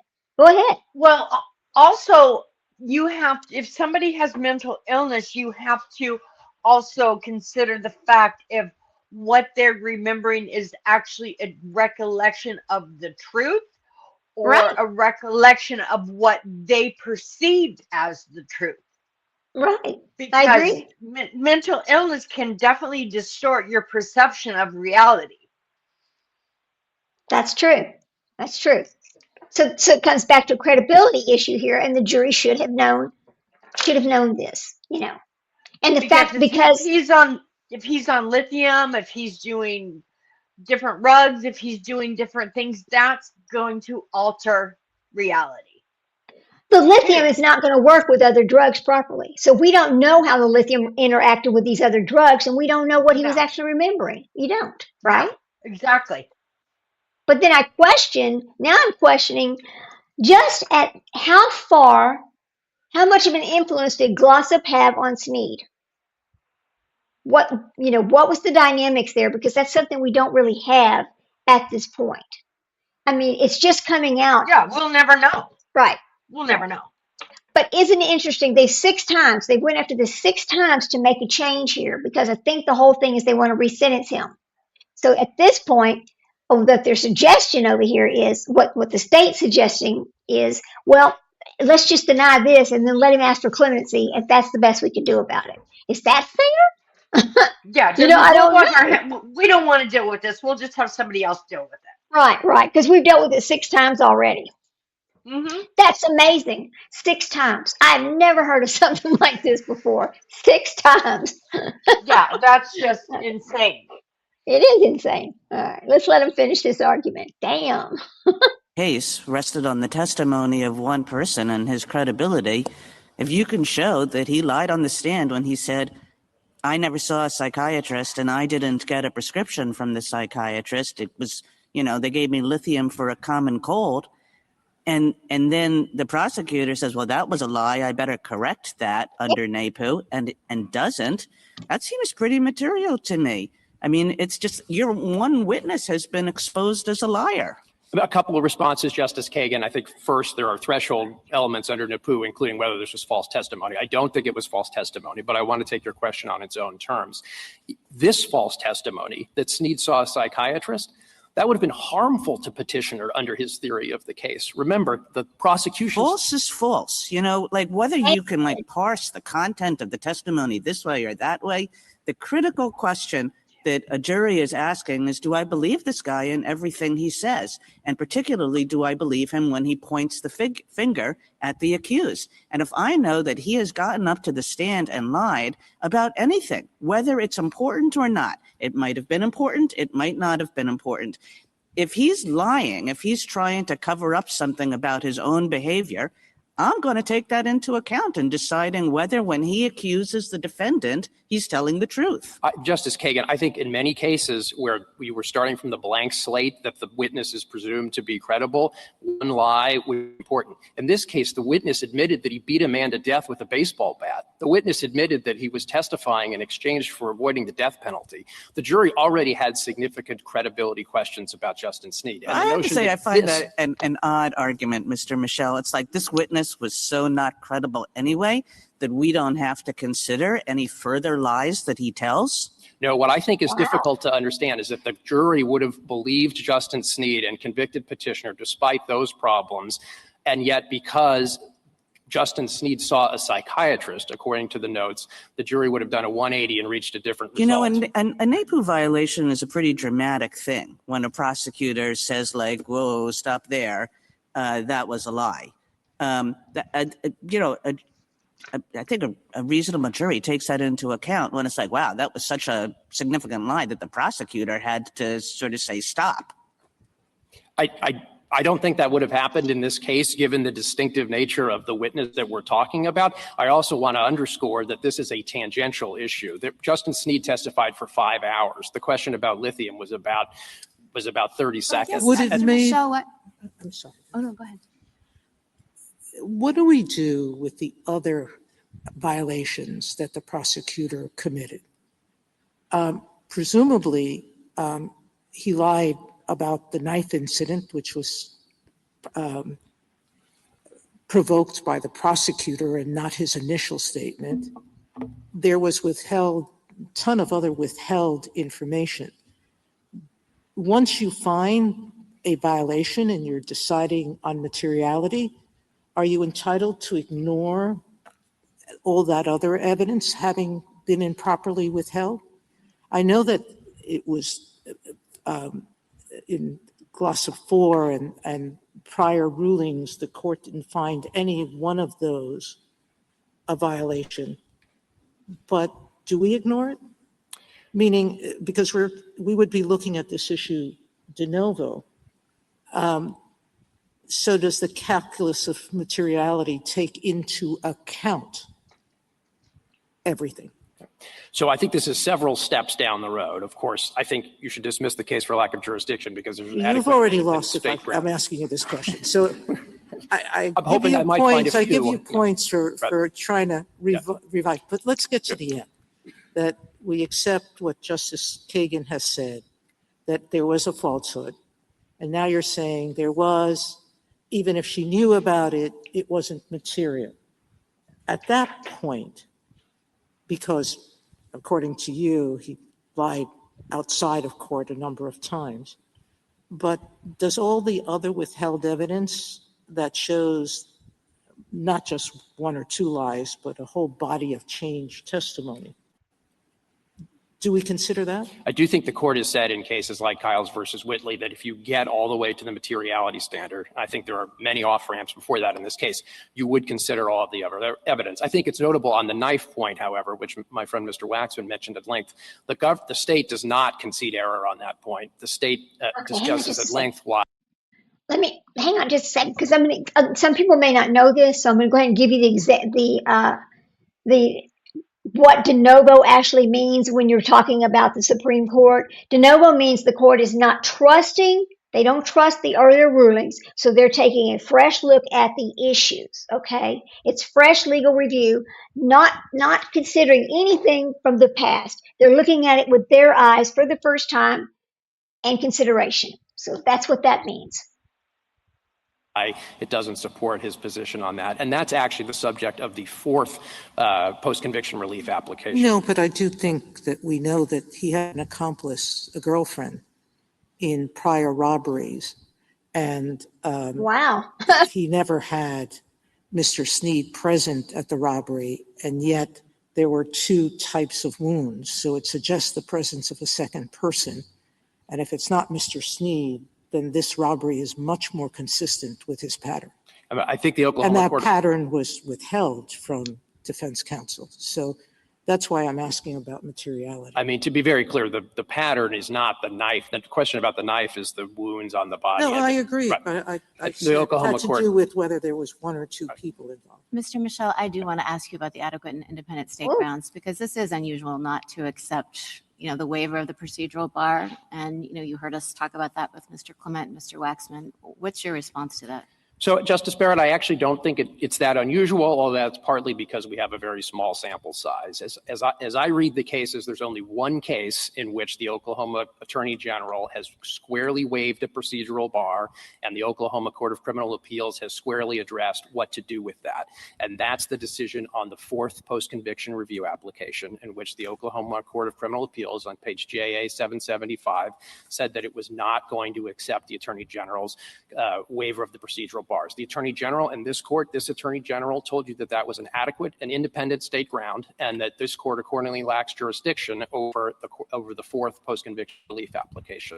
So this decision, I actually think, does not actually address a waiver of a procedural bar, because the Attorney General, quite understandably, after he received that decision from the Oklahoma Court of Criminal Appeals, did not actually waive the procedural bar in this case. Instead, if you look at JA 976 and 977, the Attorney General says, quote, what Glossop has to do is meet the procedural bar. Then he goes on to describe the diligence prong and the innocence prong, and why, in the Attorney General's legal opinion, those requirements are satisfied. But arguing that the requirements are satisfied is not the same thing as waiving the procedural bar. And in the one case where the Oklahoma Court of Criminal Appeals has addressed that, it has said it doesn't have to accept a waiver. What about Mr. Clement saying that we have 100 years of practice and that this is just what the law is, and procedural bars are always waivable, they're not jurisdictional? With all respect to Mr. Clement, I don't think you have 100 years of this. I think the one case he's pointed to, as several of the justices pointed out, is the McCarty case from 2005. Why is that? Why are you making the sample size so small? I mean, I understand that that's the only case that involves an attorney general who expressly waives a procedural bar, but procedural bars are waived of all kinds, are waived all the time. So why wouldn't what Oklahoma courts do when a procedural bar is waived, why wouldn't that be the universe of cases that we're looking at? Well, I think I would start with the statute that's before the court in this case. I think whether that bar— Are you saying that statute is a jurisdictional one? I'm not saying that statute is a jurisdictional All right, one. so then we're into the world of non-jurisdictional procedural bars, and the question is, what is Oklahoma's practice when a party, it doesn't have to be the attorney general, it can be a party who could have invoked a non-jurisdictional procedural bar. What does the court do? I don't understand my friends to argue, perhaps this morning they did for the first time, that Oklahoma has an absolute rigid categorical rule trans-substantively across all areas that No, but we don't need that. bars We don't need that accepted. under Cruz. We don't need a rule that says we have to accept it. What we need is the practice of the court when this kind of thing happens. Right. And so have you shown a case in which a non-jurisdictional procedural bar has been rejected? Absolutely. The one that's before you. The one that's before you. Other than the one that's before us. We're trying to determine whether the one that's before us is a deviation. I'm sorry. Right? The fourth post-conviction relief application, which is also before not you. Not Mr. Glossop's situation. Do you have a case that does not involve a person named Glossop in which the court has rejected any non-jurisdictional procedural bar Usually that is waived? Right. I mean, usually being able to cite a case that involves the same litigant seems relatively on point, but I think there's only one other case that has come before the Oklahoma Court of Criminal Appeals where the Attorney General has waived this procedural bar. That's the McCarty case. In 3 footnotes, the Court of Criminal Appeals observed that the Attorney General had waived the procedural bar, but it did not say it was deciding the issues for that reason. And in the 19 years since McCarty— I think, Mr. Michel, you are avoiding the question. It was a pretty simple question. One case not involving this defendant in which a waiver has been rejected. I think there are 3 cases under this statute in which the court has seen waivers, arguably. In one of those, it rejected the waiver. In McCarty, it was ambiguous, and in this case, it was also ambiguous. Not a case involving this. Not a case involving this defendant, and we don't have to be in Attorney General confession of error land. Just one case where the Oklahoma court says, even though a party wants to waive this procedural bar, we're going to insist on imposing it. I have not canvassed Oklahoma law for all non-jurisdictional. Okay, so I'm going to make this kind of a simple way to look at this so it makes it a little bit easier to understand. When the court rejects this waiver, it's talking about, we decide the rules, not the state, and that they're going to reject it. And why would they reject it? Courts want these cases to end. They don't want to reopen these endlessly cases. We know this has been touched 6 times already. It also gives institutional control to the courts so they can maintain them, that we control procedures, not the parties. And it prevents strategic behaviors. The states so you can't manipulate the rules and waive things selectively. So that's really what this is talking about. And that's why this is a big deal with this particular waiver. Okay, here we go. Additional procedural waivers, but I think most courts, including this court, will exercise discretion to allow those waivers in some cases and not allow them in others. And as the court Well, I'm just wondering what the right sample size is. When we're asking this question about whether this is adequate or not, should we be looking transsubstantively or should we be looking just at this statute? I think you should be looking just at this statute. I think that's how the court has analyzed the adequacy cases in the past. And I think several important adequacy cases here are Beard versus Kindler and Walker versus Martin, where the court looked at. The thing that's relevant about this statute is whether or not it's jurisdictional. I don't understand how the sample size could possibly be that small, because the question we're asking is whether it's waivable, right? So I understand we have a statute, and the question is, what does a court do when this procedural bar is waived? Fine. But are you rejecting the proposition that this is a waivable bar? I'm not rejecting that. So you don't say this is a jurisdictional statute? I'm not saying that. I think you could understand it that way, but that's not my position. But you're not saying that. All right. So you accept that this is waivable, and assuming, I understand your argument is that the Attorney General did not waive it, but assuming that he did for a moment, do you have any other procedural bar ever that Oklahoma has rejected? Do we have any reason to believe that Oklahoma's practice is to look at particular statutes and it rejects some waivers with respect to certain statutes and it accepts some? No, right? Well, I mean, I don't want to come back to it, but if you look at practice, you have the decision on the fourth application in this case, which is the only one in which the Court of Criminal Appeals has addressed this issue. So to be fair, I think that's quite relevant. Can I ask you about the independence prong? Sure. So the way this is very confusing, 2 pages to me. I've read it a dozen times and I'm still not sure what each paragraph is doing exactly, what or where or why. But the first thing they say is the state has come to us and has confessed error, and we're not going to accept that concession, is what they call it. And the concession that they're referring to is the concession that he warrants post-conviction relief, right?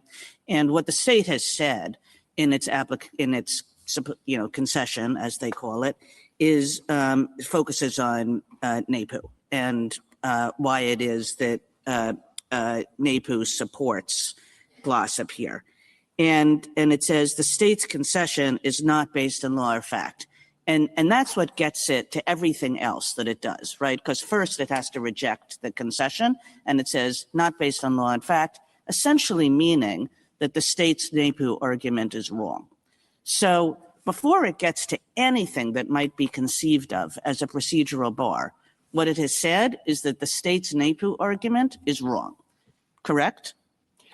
I think that's one potential way to read the opinion. I agree with you. It's not pellucid in all respects, but I do think it's pretty pellucid in paragraph 26. If that's one way to read the only way that they go through the door to start talking about procedural bars is because they say that the state's NAPU argument is wrong. They wouldn't have gone through the door except that they made this error of federal law. So this is all founded on an error of federal law. The error being that the state's concession based on NAPU is incorrect in law. I don't agree with that, Justice Kagan. I agree that that sentence comes earlier in the opinion, but I did not mean to agree that as a substantive legal matter, the court had reached the NAPU issue before it was applying the procedural bars. I recognize that it's conceivable this opinion could have been written more clearly, but I do think paragraph 26 is pretty darn clear when it applies. Okay, so let me kind of just make this a little simpler when they're talking about this independence, right? Well, it's kind of talking about even if there's a federal issue, which there clearly is, if the state says we're going to deny this based on our own rules, then the Supreme Court may not be able to touch it. It means they may not be able to change it, is what she's talking about. And apparently this was in one of the briefs that was submitted. Here we go. Well, I guess what I was suggesting is you would never get to paragraph 26 except for the prior determination that the state's concession is wrong, which has to be a determination on the merits. Even if that's not the case, let's say that I've just made it a little bit too neat, that you have to have that the state is wrong with the merits in order to go into the procedural bar analysis, even if that's too neat. I mean, like, there are sentences in this opinion. One sentence we're talking about the merits, one sentence we're talking about the procedural bar. It keeps on going back and forth. I mean, how on earth could one reach a conclusion that the court would have done exactly what the court did if the court had a different view of the merits? I mean, everything was intertwined with everything else here. Well, I mean, just to respond to your prior question, and I think this one too, if it's true that the court had resolved the issue on federal law, I'm not sure what paragraph 26 is doing in the opinion. I mean, there's no reason to address the procedural It's like, bars and at that another point. thing. Yeah, well, but I actually think the reason it's in the opinion is because the court is applying the procedural bars there, and that your inference, respectfully, is not a correct reading of the I'm opinion. sorry, they have to decide Oh, the claim boy. was based on federal and state law. Right. So they might have been going to it based on the state law. But But- please continue Well, answering. The procedural bars are a state law threshold, reasonable diligence and clear and convincing evidence of innocence. Unless those I have to say that it's threshold- not the way these 2 pages are written. I mean, it would be very easy to say, before we get to the merits, the procedural bar is a state. I mean, that's so not the way these 2 pages are written. Justice Kagan, It starts with the substantive standard. Then it tells you that the state's concession is wrong as a matter of law. Then, by the way, it tells you some stuff about the procedural bar standard. Then it goes back to the merits again. Justice Kagan, you've issued, a strong legal writing critique of this opinion, but this opinion was issued. I haven't even started. The question under this court's independent and adequate state ground doctrine is not how well written the opinion is. No, it is but what actually, did it decide the case on. Totally right. It's not how well written it is, but it's a high bar to say that something is independent. If there's ambiguity, if there's uncertainty, we do not give that benefit of the doubt to the state under Michigan v. Long. Quite the opposite. Justice Kagan. So the justice is clearly upset with how that brief was written. And I get it. I understand why. Because it's like saying, why are you even in front of us if you're going to take this independently? If you're going to just say, well, the federal laws don't apply, it's just independently and state laws do. Why are you even there? I think she's very upset about this. It's really not funny, but here we go. With respect, I think you are striving for ambiguity where there is clarity in paragraph 26. Paragraph 26 says. Well, paragraph 26 is number one paragraph of 6 or 7, right? So I don't think that you get to just say, this is my best paragraph. You have to look at the analysis and say, is it intertwined or is it independent? And, all paragraph 26 does is to state a standard. It's like, okay, we know that they thought that this standard had something to do with something, but the rest of the 2 pages is like totally merits infused. So I have to respectfully disagree. 26 does not state a standard. It applies the standard and says it's satisfied. Paragraph 27 in particular, if you look at the last sentence, it says, moreover, and controlling here is the fact that this issue could have and should have been raised with reasonable diligence. That's a direct invocation of the bar. I agree that there are other paragraphs in the opinion addressing the federal law issue, but as this court held squarely in Harris versus Reed, state courts were allowed to issue alternative holdings, one on the state law and one on the federal law, and that does not mean that the state law holding becomes immune from the adequate and independent state ground doctrine. As the court said in Coleman versus Thompson, it's ultimately looking for a fair, reasonable reading of what the court did. And this court, reviewing this case for the 6th time with a looming execution date on the calendar, trying to decide this quickly, trying to provide reasons for the parties and the public in a case of high public interest, did address both the procedural bar and the merits. But I think in paragraph 26 and 27, it does squarely, independently, and adequately apply the state procedural bars. That means this court lacks jurisdiction. It doesn't mean that petitioner has no other remedies available. He has the state law clemency relief available to him. My understanding is that this court dismisses for lack of jurisdiction or affirms on the merits, his execution will be rescheduled. There will then be a clemency hearing scheduled. He will be able to present his views to the clemency board. Of note, the clemency board has changed in its composition since the last clemency hearing. Can the I member just, of the board who was Boy. the court might be interested to know the member of the board who was recused is no longer on the board. That member has been replaced. Another member of the board who voted against clemency is also no longer on the board. That member has been replaced, so it's a new board. Sorry, Yes, Justice Jackson. sorry. I'm sorry to cut you off. So you talk about a fair understanding of what the court did. Can we go to the understanding of what you think the AG did here?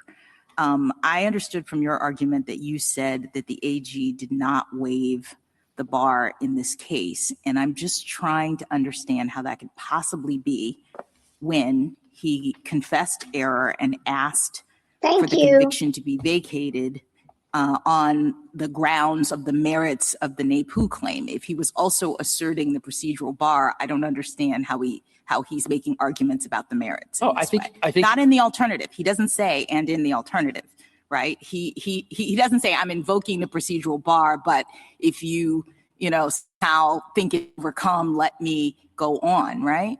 Well, I would look at JA 976. He says, Okay.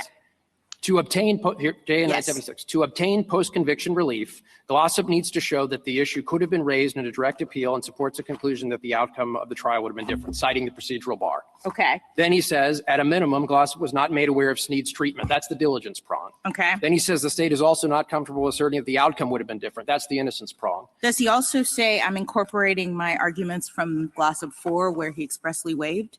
He says, I'm incorporating my arguments from Glossop 4, but remember, in Glossop 4, he said, I expressly waive for this case, but I will expressly invoke the bar for future cases. Enough is enough. And the Oklahoma Court of Criminal Appeals in that case told him that he wasn't allowed to waive. So I think it's quite responsible for the Attorney General to not waive. Right, but maybe the Oklahoma's courts telling him he's not allowed to waive explains why he goes through the procedural bar, but it doesn't explain whether or not he intended to invoke it. In other words, it seems odd to me that he would be talking about the merits of this claim, trying to get the conviction vacated, but also still invoking the procedural bar. And the oddity, it seems to me, is explained by the previous attempt to waive the procedural bar that was rejected by the court.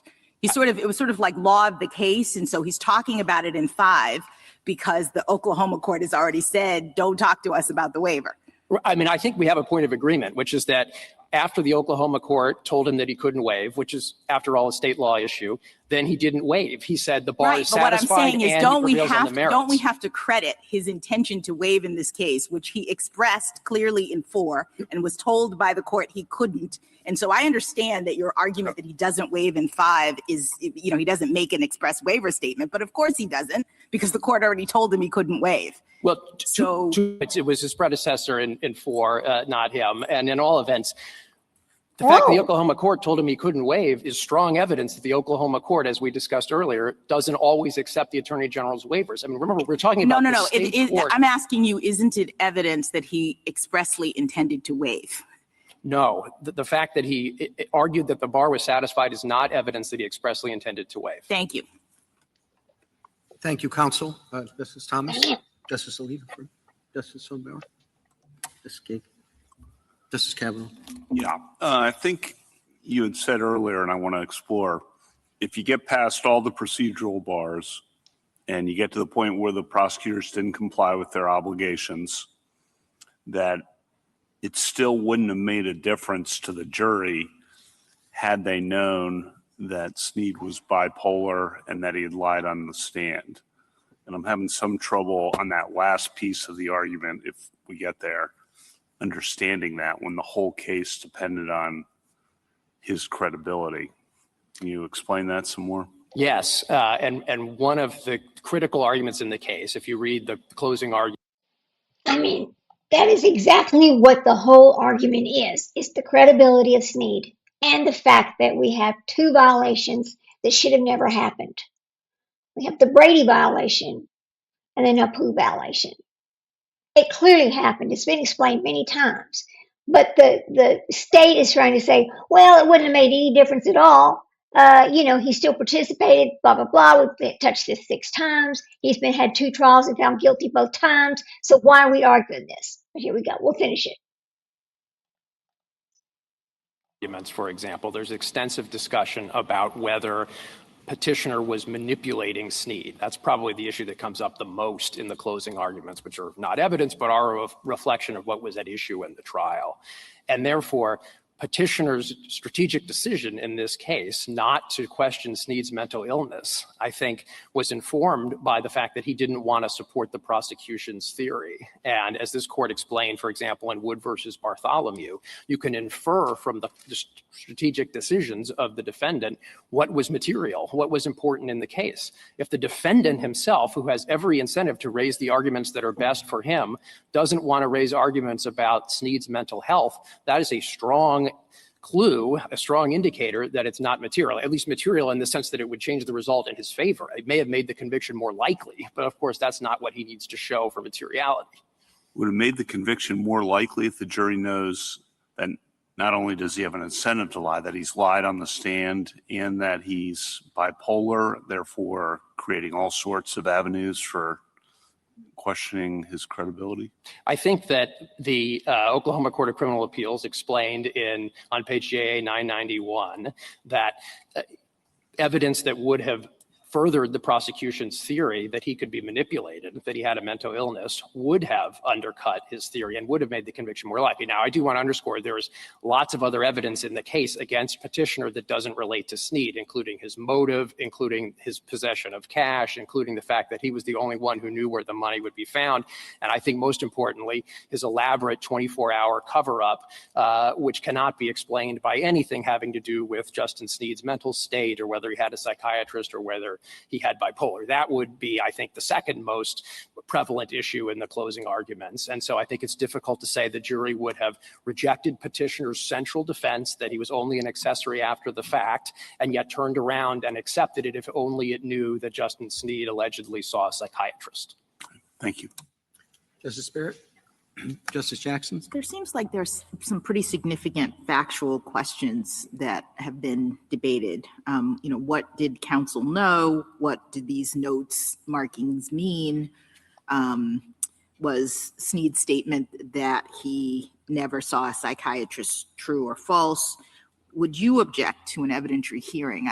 As I understood it, no court has ever actually made findings on those things.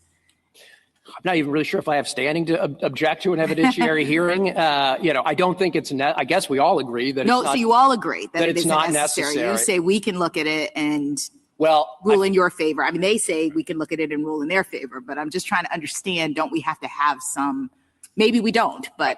I mean, I don't want to dodge your question. I think you can dismiss and should dismiss the case for lack of jurisdiction because of the adequate and independent state grounds. If you do that, you don't have to worry about Right, if the we facts of the disagree with notes. that, if we're getting to the merits, how should we go about deciding whether there was a Brady or NAPU violation here? I think you should start with the premise that it's petitioner's burden to prove the Brady and NAPU violations. And based on the evidence that he's chosen to present, and particularly given that he's now told you he wants the case decided on the current record without an evidentiary hearing, I think the proper conclusion would be that he's failed to satisfy his burden. And thus, if you reach the merits, you should affirm the judgment below. Thank you. Thank you, counsel. Rebuttal, Mr. Waxman? Thank you, Your Honor. I have a few short points. Number one, there is nothing that will come up at an evidentiary hearing is going to avoid the imperative, the necessity for a new trial for due process violations. If you look at the JA 1005, which is the jail medical report, there is no world in which that report, which was suppressed by the defense, by the prosecution, is not Brady material and highly, highly relevant impeachment material. There, if you look at page 953 of the joint appendix, these are the Smotherman notes, the Smotherman mid-trial note. We have to get to Justin right away. The knife is the biggest problem. There is no way that those suppressed notes, number one, don't reflect a NAPU violation, and number two, are not Brady material. And with respect to the meaning of the Smotherman notes, even if you were to take the complete extra record explanation of this, which, and yes, Mr. Ackley and Mr. Smotherman were both interviewed by both independent investigations. Mr. Ackley has a declaration which in no way suggests that when he says that he was told by Snead about taking lithium, and when he was told about the discrepancy in the jail medical records, that it had to do with a relating of questions that defense counsel had had. Ms. Smotherman said when she was question number 1, I'm not sure that Trumpet is Trumka. Explanation number 2, I was referring to Dr. Trumpet, a jazz musician I wanted to hear. That was a personal note.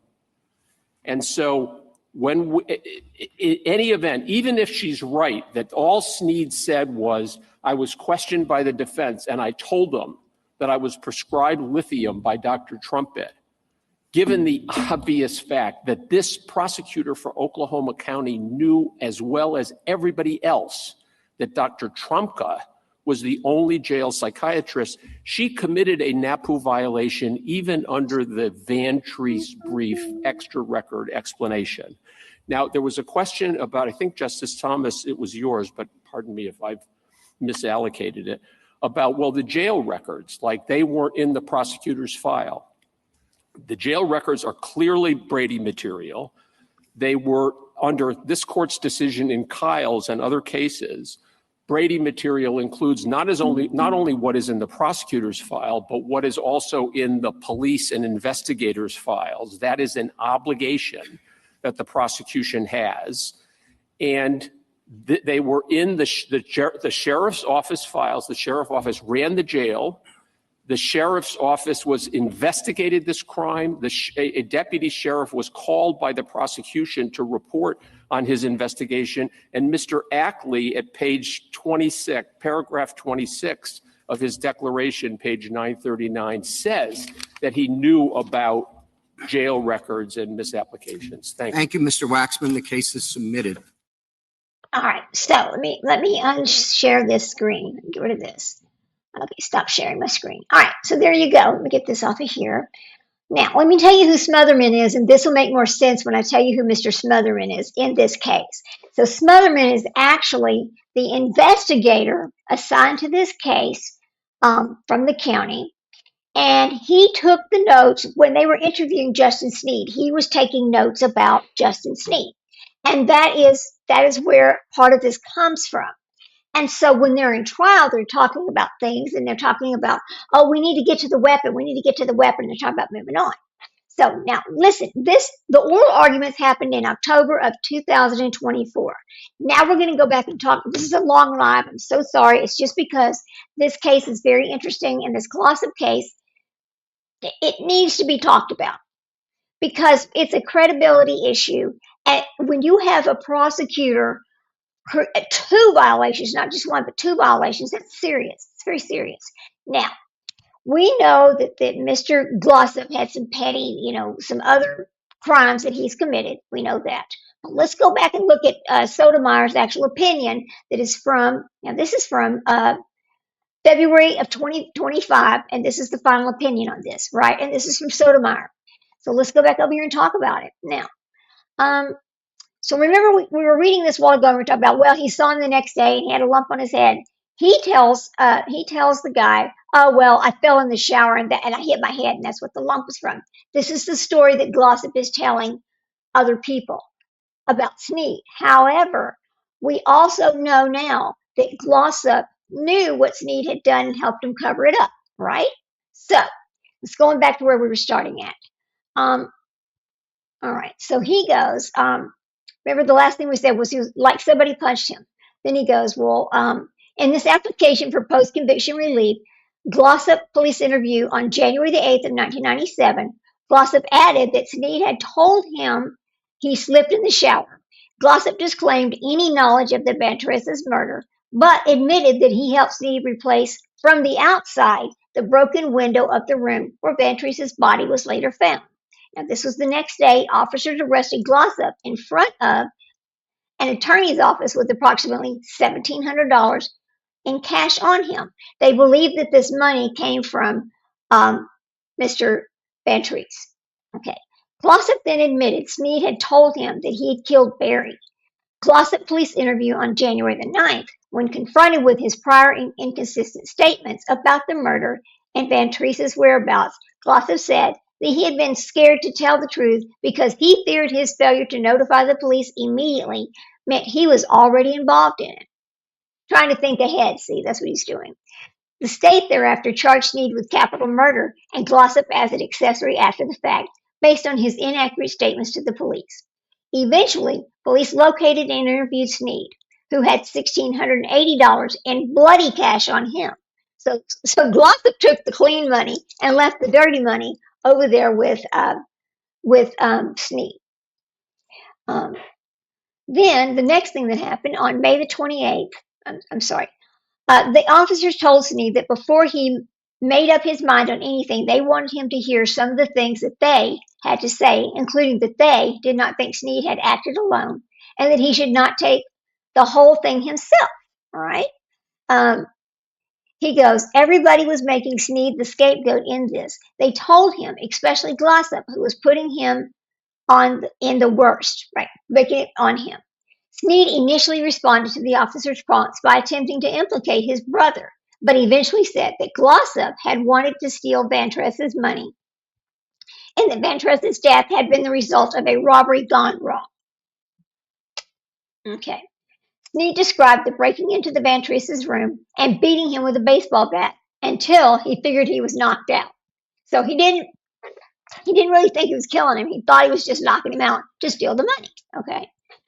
So then he says, according to Sneed, he then took Van Tress's car keys, stole an envelope that had approximately $4,000 in cash from his car, and split the money with Glossop.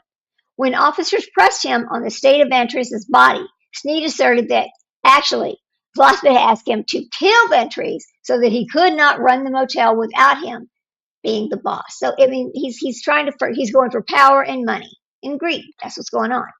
So the opinion of the court. Following Sneed's interview, Oklahoma charged Glossop too, so they were both originally charged with capital murder. The prosecution offered Glossop a deal, plead guilty and avoid the death sentence in return for testifying against Sneed. When Glossop refused, maintaining his innocence, the state offered Sneed the same deal, but Sneed accepted. Sneed then testified at Glossop's trial that he beat Van Tress to death because Glossop asked him to do it. When asked whether there was any particular reason why Glossop wanted to kill Van Tress, Sneed replied, "Not that I know of. Every time that Mr. Van Tress showed up, Glossop was wanting me to kill him." In closing, the prosecution argued that Glossop had asked Sneed to kill Van Tress because he believed Van Tress was planning to fire him for embezzling hotel profits. So he was stealing from his employer, which was Mr. Van Tress. Wow. So Van Tress, he was going to fire him for stealing. The jury convicted Glossop and sentenced him to death. The OCCA unanimously reversed Sneed's testimony. They reversed this. Sneed's testimony was the only direct evidence connecting Glossop to the murder it held, and the evidence at the trial tending to corroborate Sneed's testimony was extremely weak. Okay. Defense counsel's failure to cross-examine Sneed on his many inconsistent statements was therefore so ineffective and as to undermine any confidence the reliable adversarial proceeding took place. Okay, so the first time he gets his new trial based on ineffective counsel. All right, that makes sense. Then, in 2004, after Glossop rejected another plea offer, the state tried him a second time. Several witnesses confirmed what Glossop had told the police in his second interview. In the hours following Grassie's killing, Glossop feigned ignorance and lied about Van Tress's whereabouts. Hey there, you got booted again? Oh, I'm sorry, I didn't even see you there. I guess I was paying attention. Well, I'll just keep reading. I'm sorry, friend. I'm sorry, Sprinkled. I'm so sorry. I didn't hear a beep or anything. So he goes, so they try him a second time. So Glossop feigned the ignorance and he lied about Van Tress's whereabouts, as in the first trial. However, only witness Justin Sneed testified that Glossop was involved in everything, right? This time, moreover, the defense established through the state's medical examiner that Van Tress had been attacked with a knife as well as a baseball bat. Now, this is kind of where it kind of reminds me of the Gypsy Rose Blanchard case because Sneed says, "Oh, I hit him with a baseball bat. I killed him with a baseball bat." But he also had stab wounds. So are we saying that Glossop was stabbing him and that Sneed was hitting with a baseball bat, just like we think Gypsy Rose Blanchard had something to do with how many stab wounds her mother had? Because this is kind of what it reminds me of, right? Because the prosecution had not notified the defense about this change in testimony, Glossop moved for mistrial. The trial court denied that motion after the prosecution attested that the change was news to them too. Okay.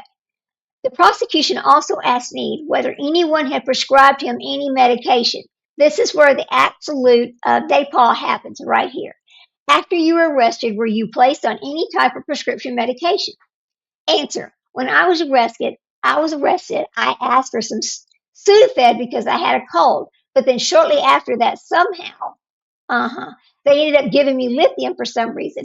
I don't know why. I've never seen a psychiatrist or anything. So you don't know why they gave you that? He answers no. Well, there's the lie right there. Snead then confirmed that he used illegal drugs, including Mary Jane and some uh, meth, twice a week prior to his arrest. Finally, Snead testified about Glossop's purported motives for killing Ventreese. He asserted that Glossop had suggested robbing Barry of his money. And that because, and Barry was 75 years old. Let me just tell you that. Yeah, no way for a cold, right? No way. So this guy was 74 years old, okay? He goes, he said at one point that Mr. Ventreese out of the way, he would be able to not only manage the motel on council, but also and another one that they had. So he was doing this because he wanted 2 motels to run, and that he had worried he was going to get fired because a couple of the rooms that were already supposed to be remodeled weren't. So he got paid and he embezzled that money. The prosecution weaved the suggestions into its closing argument, along with its original theory that Glossop had wanted Ventreese dead to avoid being fired for his embezzlement. Okay. He goes, Glossop was going to be fired because of the missing money. That was already known to be happening. He goes, it was then argued that Snead, satisfied and contented with this, with his humble life, he had no propensity for violence except Glossop's direction. In other words, he would have never done this had Glossop not talked him into it, which is the same thing we think about Go to John, had Gypsy Rose Blanchard not talked him into it. Okay. It's as if Justin Snead was a Rottweiler puppy. Let's just say he's 11 months old. And Richard Glossop was the dog trainer. You can sure stick a dog on somebody, but if you're going to do that, you send a dog that's not trained or is a little bit too young. He might trip and fall. He might get scared and run away. He might do something stupid. He might not do a good job. But no matter how you slice it, no matter how you parse it, the person that says stick 'em is the person that makes the decision. Now, I don't know why they would use a dog reference there because I don't think it goes with this, but okay. This is Sotomayor's opinion. The jury again convicted Glossop of capital murder and again sentenced him to death. A closely divided OCCA affirmed, holding the circumstantial evidence suggesting Glossop had mismanaged the hotel, combined with the concessions that Glossop had been dishonest in his initial statements after the murder, sufficiently corroborated with Snead's testimony that he killed Ventreese at Glossop's direction. In dissent, Judge Chappell and Judge A. Johnson argued that the majority overstate the strength of the accomplice's corroboration evidence, so they didn't really agree with it. Glossop continued to maintain his innocence in the years after his conviction, filing several habeas petitions in the state and federal court.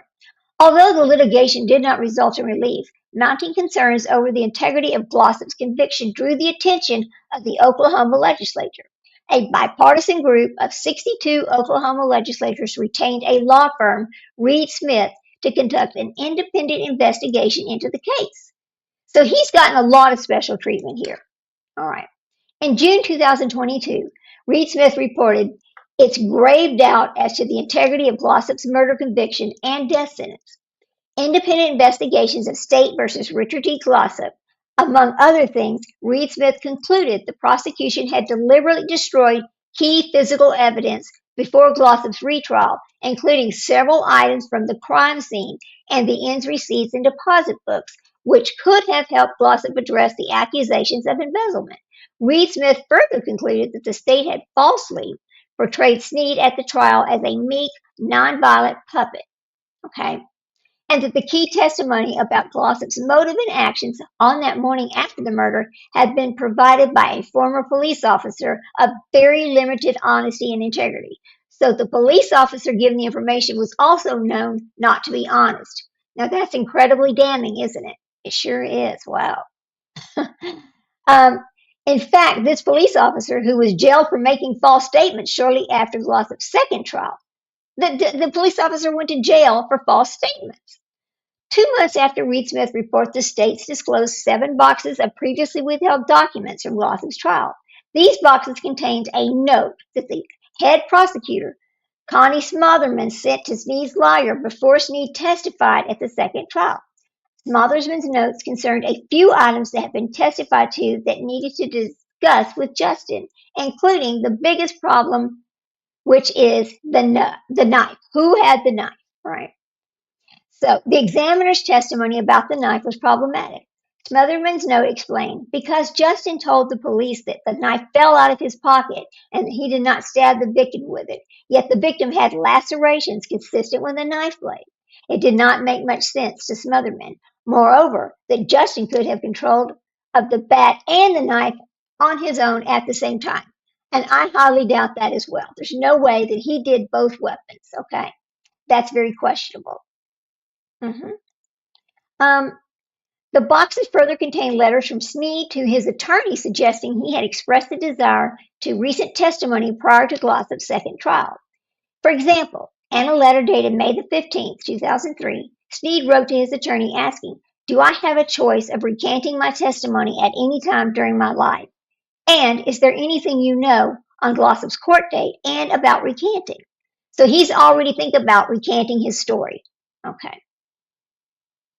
Based on this new evidence and the evidence revealed by Reed Smith, Glossop filed another motion for post-conviction relief with the OCCA.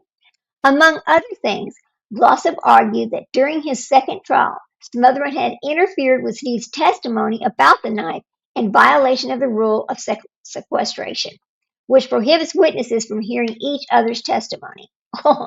Oklahoma responded that Glossop's claims were meritless, but that it would nonetheless waive any procedural defenses in order to mitigate the damage from the media campaign on Glossop's behalf. Oklahoma further asked the OCCA to deny Glossop's claims on their merits as far as that the trigger the state court the difference in anticipated in any future federal review. So they didn't want this talked about, noting that it alone would determine whether the rules of this court should be abandoned. The OCCA held that Glossop's claims were procedurally barred as well as meritless, and that's what they were talking about in the oral argument. Shortly thereafter, the state unearthed disturbing revelations about the contents of an 8th box of trial documents consisting of material it previously prevented the defense from obtaining. There is the Brady violation right there. And that is a Brady violation. Don't think it's not, because it absolutely is. Brief for respondent number 10. Buried inside box 8, the state says, was a page of notes handwritten by Smotherman during a pretrial interview with Snead, indicating that Snead had told Smotherman that he was on lithium not by mistake, but in connection with Dr. Trumpet. Oklahoma's Attorney General deduced that the importance of these notes in short order. Only a single psychiatrist worked at the Oklahoma County Jail where Snead was held when Snead was held there, and his name was Dr. Larry Trombanka. Okay. A summary of Snead's medical records previously withheld from Glossop's counsel after the motion. So they held it. He never saw this until afterwards, right?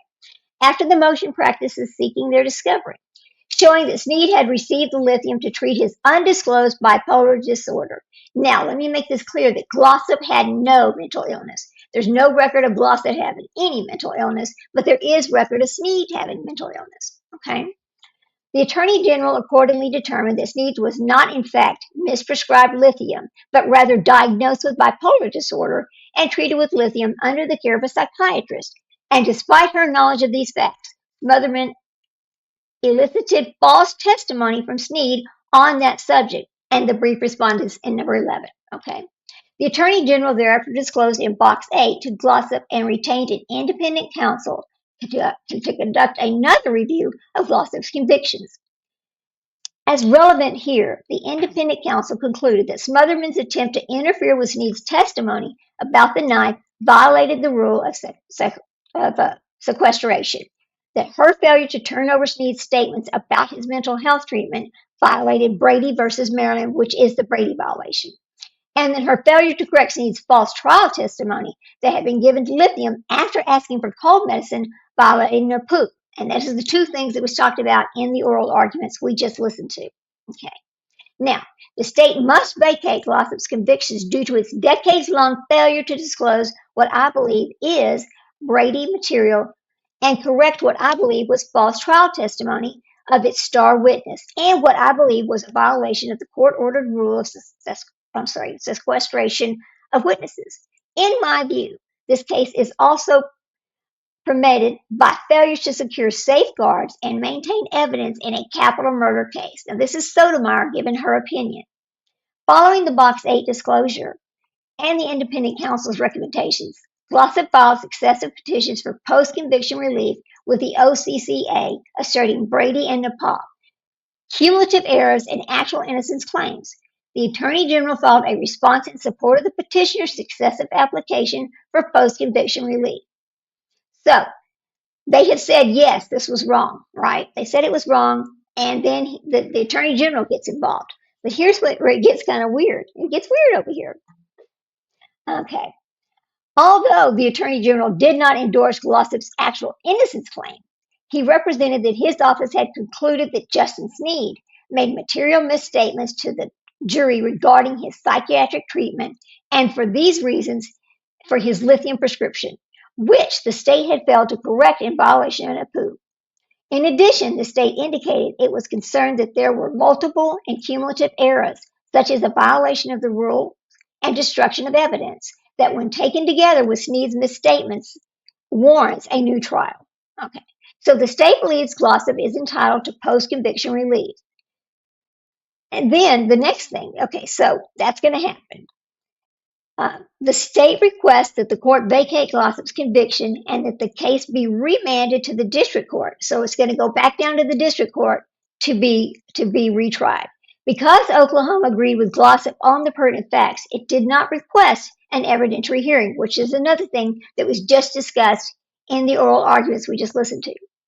The OCCA denied Glossop's unopposed. So let me tell you how this goes. So we heard the oral arguments. This is Sotomayor's actual opinion after the arguments were over. She wrote the opinion for it, okay? So Glossop's unopposed petition without a hearing. It acknowledges that the Attorney General's request that Glossop's conviction be vacated, noting that this is concessions alone, did not directly provide ground for relief. The court said the following about the state's confession of NAPU era. All right. Glossop claims the state failed to disclose evidence of Justin Sneed's mental health treatment and that Sneed lied about his mental health treatment to the jury. Though the state, in its response, now concedes that this alleged false testimony, combined with other unspecified cumulative errors, warrants post-conviction relief. The concessions alone cannot overcome the limitations and successive post-conviction review. Okay. Then we walk along, and so the state's concessions is not based in law or fact. The OCCA then applies Oklahoma's Post-Conviction Procedures Act to hold that Glossop claims were procedurally barred. It concluded separately that the evidence presented by the parties did not create a NAPU era.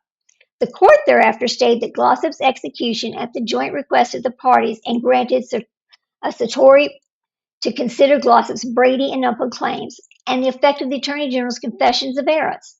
The court also requested argument on additional questions whether the OCCA's holding that the PCPA precluded post-conviction relief is inadequate and independent state law and its grounds for judgment. Because Oklahoma agrees with Glossop on the merits of his appeal, the court appointed Christopher Michael as the amicus curiae to defend the judgment below. This is a lot, but it's very interesting. He has ably discharged his responsibilities. This was it. Okay, so we begin with the court's jurisdiction to review the judgment. The court will not take up a question of federal law presented in this case. if the decision of the state court rests on the state law ground that it's independent. We just talked about, remember, the independence versus the federal. We just talked about that. Okay, so in the context of the direct review of the state court judgment, the independent and adequate state ground doctrine is jurisdictional, and it talks about the cases that it applies to. A state ground of decision is independent only when it does not depend on federal holdings, okay, and also is not intertwined with questions of federal law. When the adequacy and independence of any possible state law ground is not clear from the face of the opinion, we will accept as the most reasonable explanation that the state court decided the case the way it did because it believed that the federal law required it to do so. So they would not allow it to be held independently, is what I understand. Amicus argues that the court lacks jurisdiction because the OCCA held that Glossop's claims were barred under the PCPA and that the PCPA is an independent and adequate state law ground. Brief for court-appointed amicus curiae.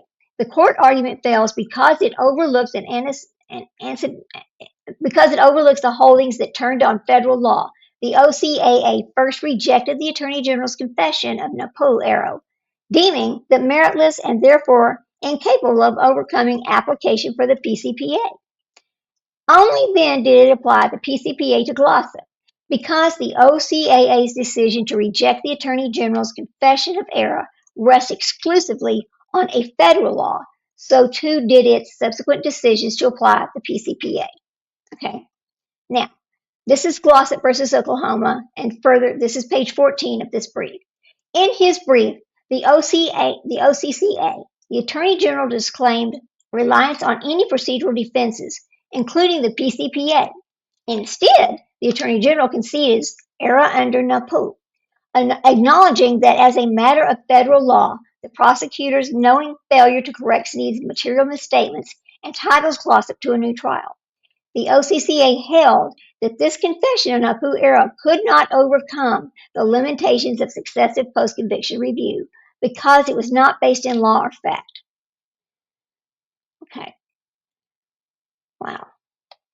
Specifically, the OCCA concluded that the underlying evidence did not create Napu error.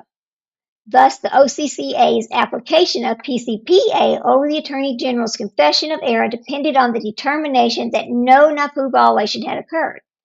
That was a federal holding, and it was the only reason the OCCA provided for its conclusion that the Attorney General's confession could not overcome the PCPA.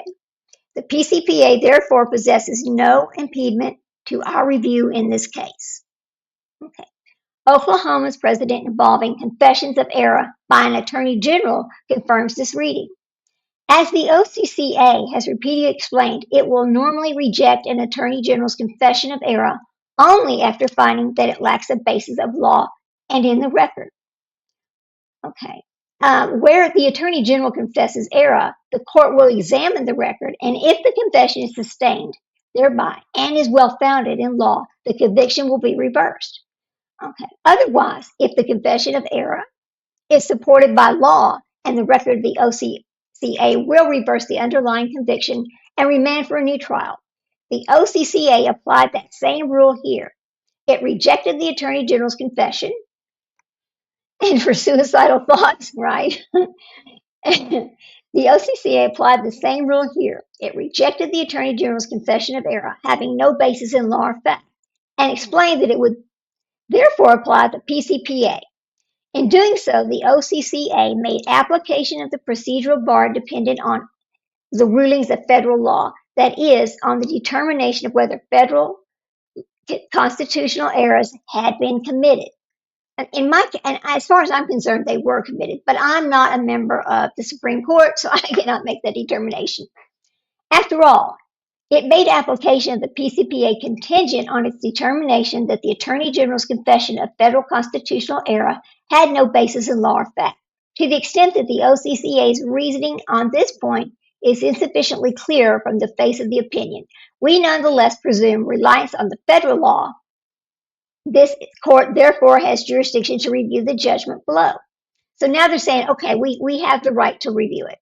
The dissent dismisses all this as invented federally holding that the OCCA never made. As the dissent sees it, the OCCA rejected the Attorney General's confession of error because the dissent says the state failed adequately to address all the PCPA's procedural requirements. Okay? The OCCA plainly held that the Attorney General's confession was not based in law or fact. However, forcing the dissent to provide an awkward explanation that this holding about the federal confession of error on the merits was only about the PCPA's state law procedural requirements. Yet the state expressly attempted to waive those procedural requirements by arguing that Glossop was entitled to a new trial. The state requests that the court vacate Glossop's convictions and that the case be remanded to the district court. So to explain why the based in law or fact language, the dissent must proceed on the assumption that Oklahoma law requires applicants to satisfy the PCPA non-jurisdictional provisions, even when the state waives them, and even if the state confessions of constitutional errors is otherwise meritorious.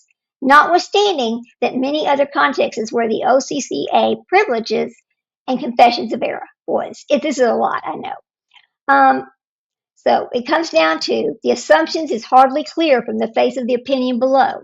And it's talking about the other opinion that was given.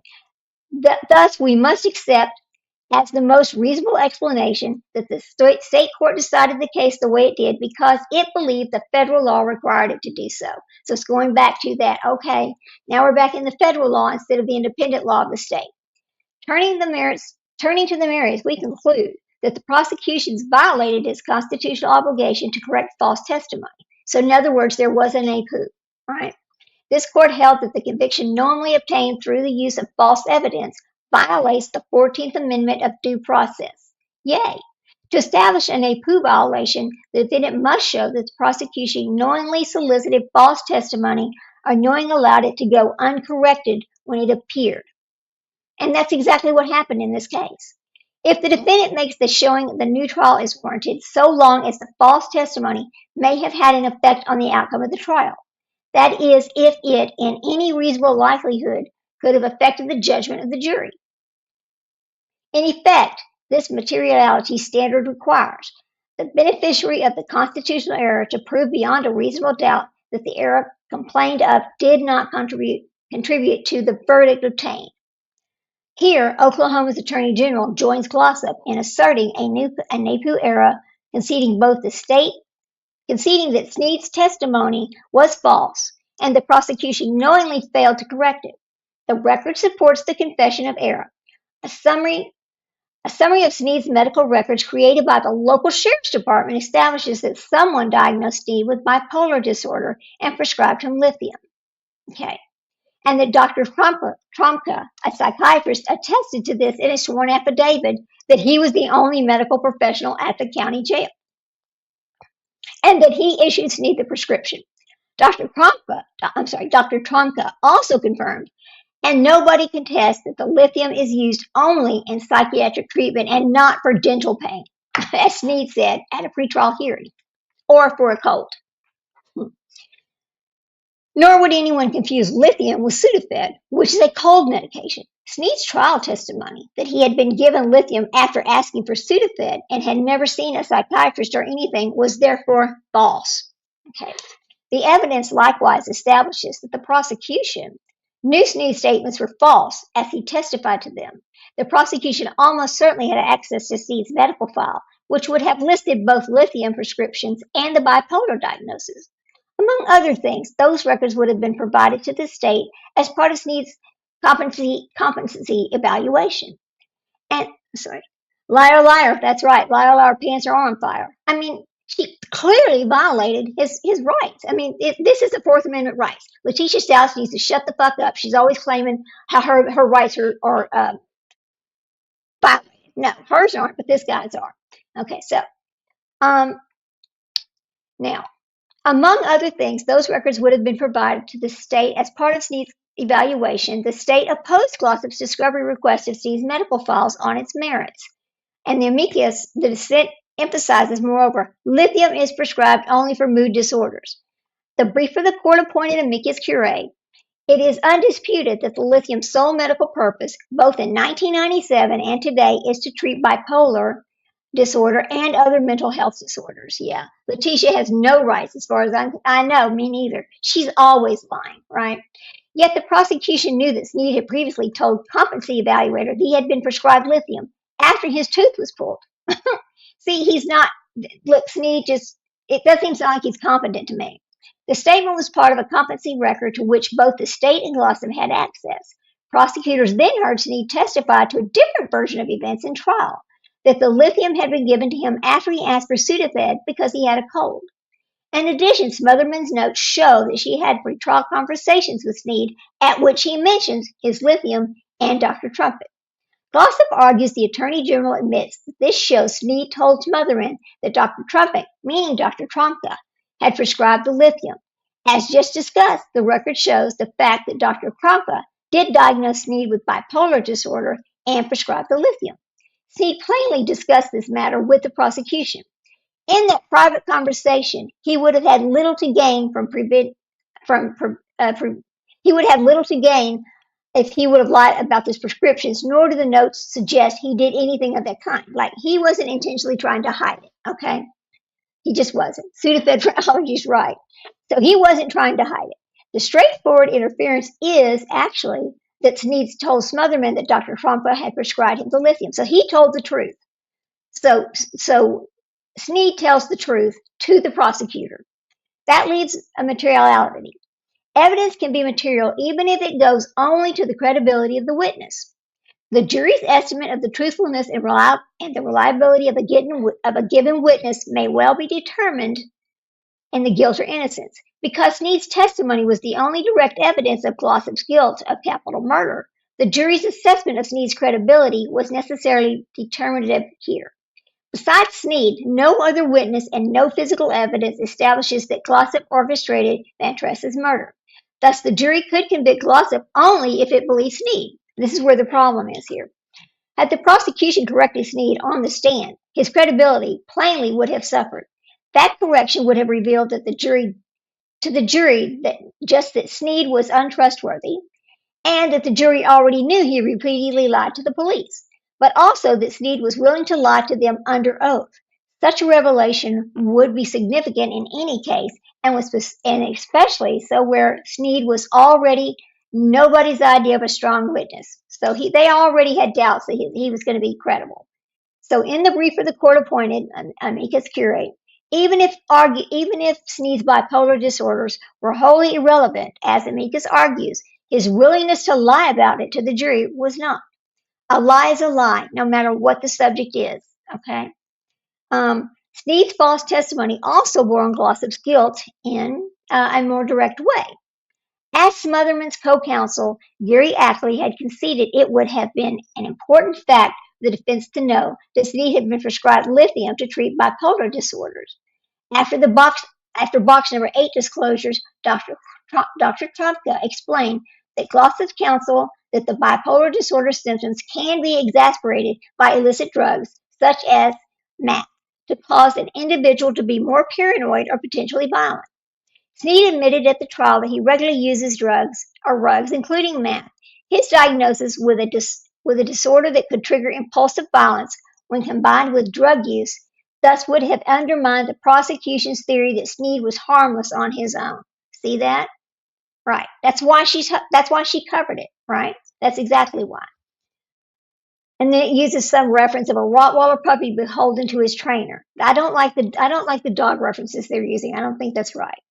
The theory was an important part of the prosecution's case and featured prominently in its opening and closing statements, arguing in the opening statements that Sneed was pretty content doing whatever it was that Richard Glossop wanted him to do.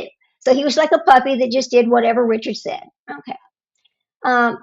Emphasizing in the closing that Sneed would have never committed murder without Glossop, just like Goldie John would have never committed murder without Gypsy Rose Blanchard. Yeah, I'm saying it. I damn sure am. Sneed's testimony hence there is a reasonable likelihood that correcting Sneed's testimony would have affected the judgment of the jury.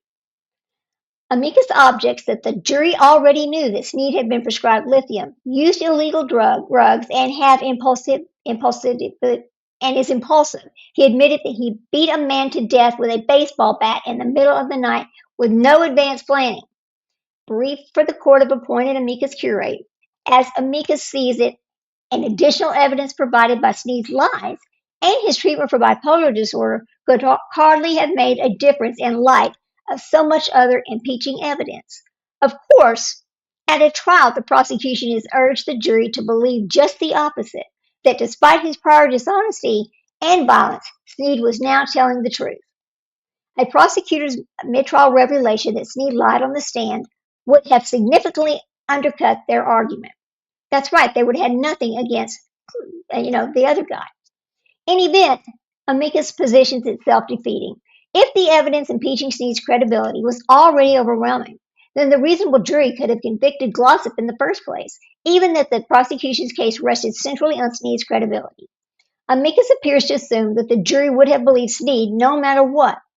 Such an assumption has no place in materiality analysis, which asks what a reasonable decision maker would have done with new evidence. Okay. Then it goes down to rejecting the argument that the evidence was immaterial because witnesses' credibility was already impinged. Although the prosecution's failure to correct Snead's false testimony was material, it was a NAPU violation on its own, and additionally, conduct by the prosecution further undermines the confidence in the verdict. The Attorney General has confessed to the violation of the rule with respect to Smotherman's apparent mid-trial attempt to speak with Snead about the knife, as well as to destruction of evidence, including the hotel's financial records and the items of evidence, and items Glossop and Snead allegedly handled in Brad Teresa's room. Glossop and Snead, okay, then it says, see the brief 13-3, okay. I was informed that a box of evidence containing 10 items was destroyed by the Oklahoma City Police Department. It is likely that I was aware of that fact during the 2004 retrial. So as far back as 2004, this box of evidence was destroyed and it was known to be destroyed. That this happened horrifies me. This is Sotomayor talking. This is, Supreme Court Sotomayor, the Supreme Court Justice. Independent investigations of State versus Richard E. Glossop, cataloging destroyed items. In addition, the 8 boxes of documents released to Glossop, including statements from Snead, evincing a desire to his recent testimony and witnesses' notes with details not previously turned over to the defense. For example, the file suggests that one witness told the prosecution, contrary to his trial testimony, that Glossop sold him a couch and a TV for $900. So what's happening here is in this brief, now we're finding out there was a witness that said $900 of the money that Glossop had, he got from selling furniture. That evidence would have supported Glossop's account of the cash he carried at his arrest outside the attorney's office, that he had sold his possessions to pay for an attorney. Because prejudice analysis requires cumulative evaluation of all evidence, whether or not that evidence is before the court in the form of an independent claim for relief, these documents reinforce our conclusion that a Napal era has prejudiced the defense. For these reasons, we conclude that the prosecution's failure to correct Snead's trial testimony violated due process clause, and Glossop is entitled to a new trial. Then he goes on to Section B. The OCCA's contrary holding rested on a mistaken interpretation of NAPU. According to the OCCA, there was no violation because the defense was aware or should have been aware that Snead was taking lithium at the time of the trial, and the prosecution could not have knowingly concealed something the defense already knew. As an initial matter, Snead's false testimony concerned the reasons for his lithium prescription, not the mere fact that he had taken it. Glossop's counsel was aware of the latter, not the former. In any event, the due process clause imposes the responsibility and duty to correct false testimony, representatives of the state, not the defense counsel. The OCCA also held that Snead's testimony was not clearly false because Snead was more likely in denial of his mental health disorders. I don't think I'm going to go with that one. I don't believe that.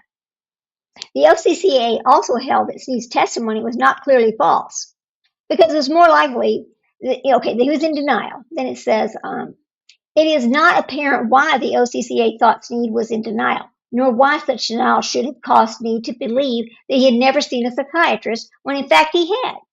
Even supposing it did, however, Snead's beliefs are false and the prosecutor knowingly let it stand nonetheless. It is a NAPU violation, absolutely. Okay. It is established that a conviction obtained through the use of false evidence known to be such by representatives of the state must fall under the 14th Amendment. The dissent's arguments in support of the OCCA's conclusions fare no better.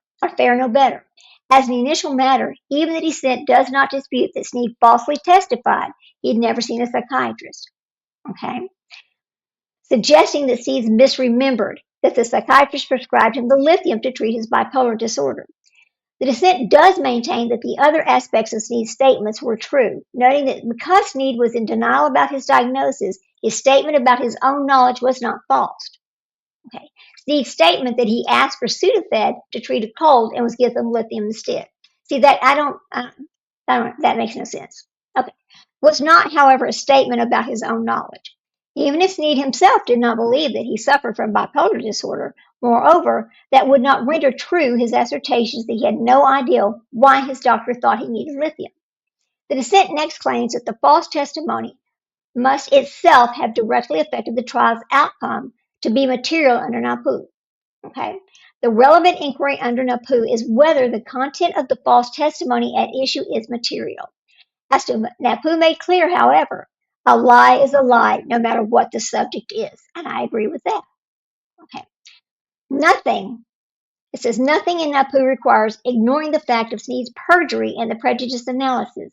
To the contrary, materiality, instead of always requires courts to assess whether the error is complained of could have contributed to the verdict.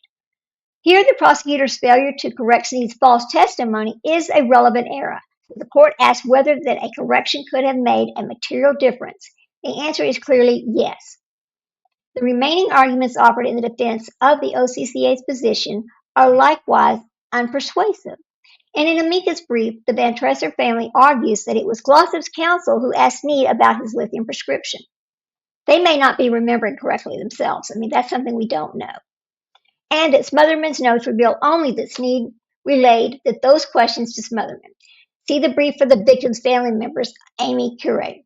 The argument relies heavily on extra record materials not properly before the court, including a recent unsworn statement from the Smothermans adopting the family's interpretation of the notes. The dissent, which criticizes the independent counsel for impugning the trial prosecutor's reputation. Well, when you don't tell the truth, you don't tell the truth. It justifies its reliance on the materials by accusing the Oklahoma Attorney General of elusively excluding them from the record, nor would accepting the family's account change the NAPU analysis. Whatever the impetus for the conversations, the family agrees that Snead and Smotherman discussed Dr. Tromka and the lithium. The natural inference is that Snead explained to Smotherman that the circumstances that led to his lithium use. To avoid that inference, the family in turn suggests both that Snead was never diagnosed with bipolar disorder in the first place.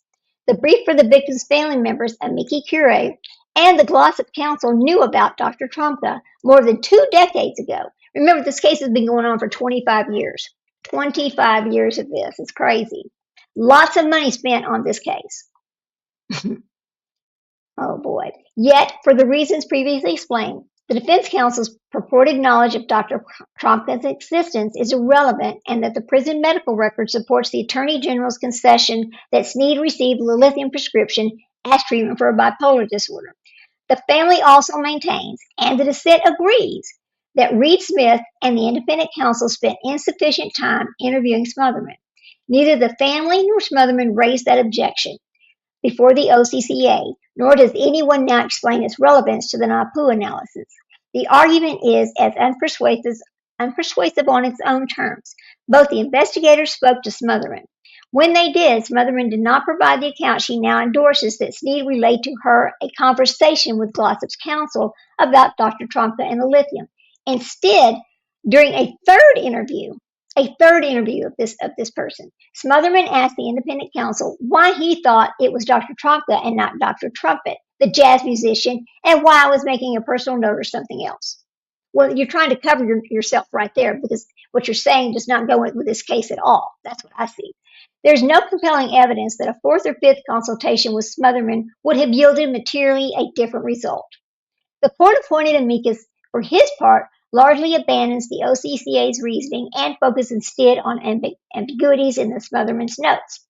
Amicus maintains that from the conclusions that the Sneed lied on the stand and that Smotherman knew it. For example, amicus argues the parties do not explain the basis for their asserted link between Dr. Trumpet and Trumka, reiterating Smotherman's earlier statements that she is not convinced that Dr. Trumka or Dr. Trumpet are the same person. Brief for the court-appointed amicus curiae, as already explained, however, there is ample evidence in the records before this court supporting the interference that Smotherman knew about Sneed's psychiatric treatment and the lithium prescription, including the prison medical records, that Dr. Trumka attestations, and Smotherman's own notes.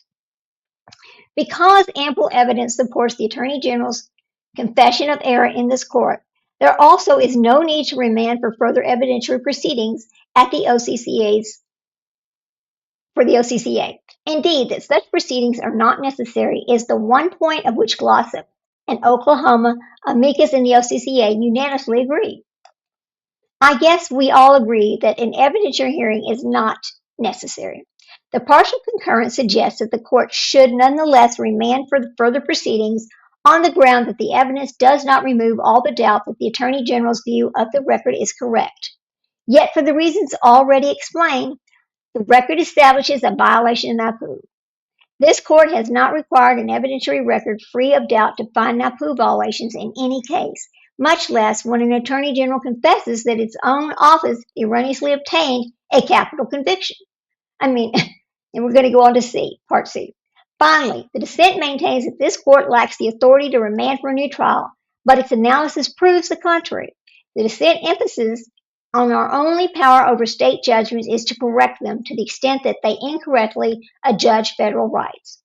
It further agrees that where a state court relies on a procedural rule, where applications turns on whether the federal constitutional error has been committed, it clearly has. This court may remand for a new trial if it's confidence that no other state ground could support the decision below. Those principles describe this case. As explained above, the OCCA incorrectly adjudged Glossop's federal rights. In doing so, it relied on the procedural rule whose application turned on the merits of a federal claim, where the Attorney General confesses error, will examine the record, and if the confession is sustained thereby and is well-founded in law, the conviction will be reversed. They don't have a choice but to reverse it, really. Okay, so, opinion of the court. This is the next part here. Here, the Attorney General's concealed error under NAPU, and the OCCA rejected the confessions because it wrongly concluded that no such federal error had occurred. Because the NAPU confession was well-founded in law, it follows that the conviction will be reversed.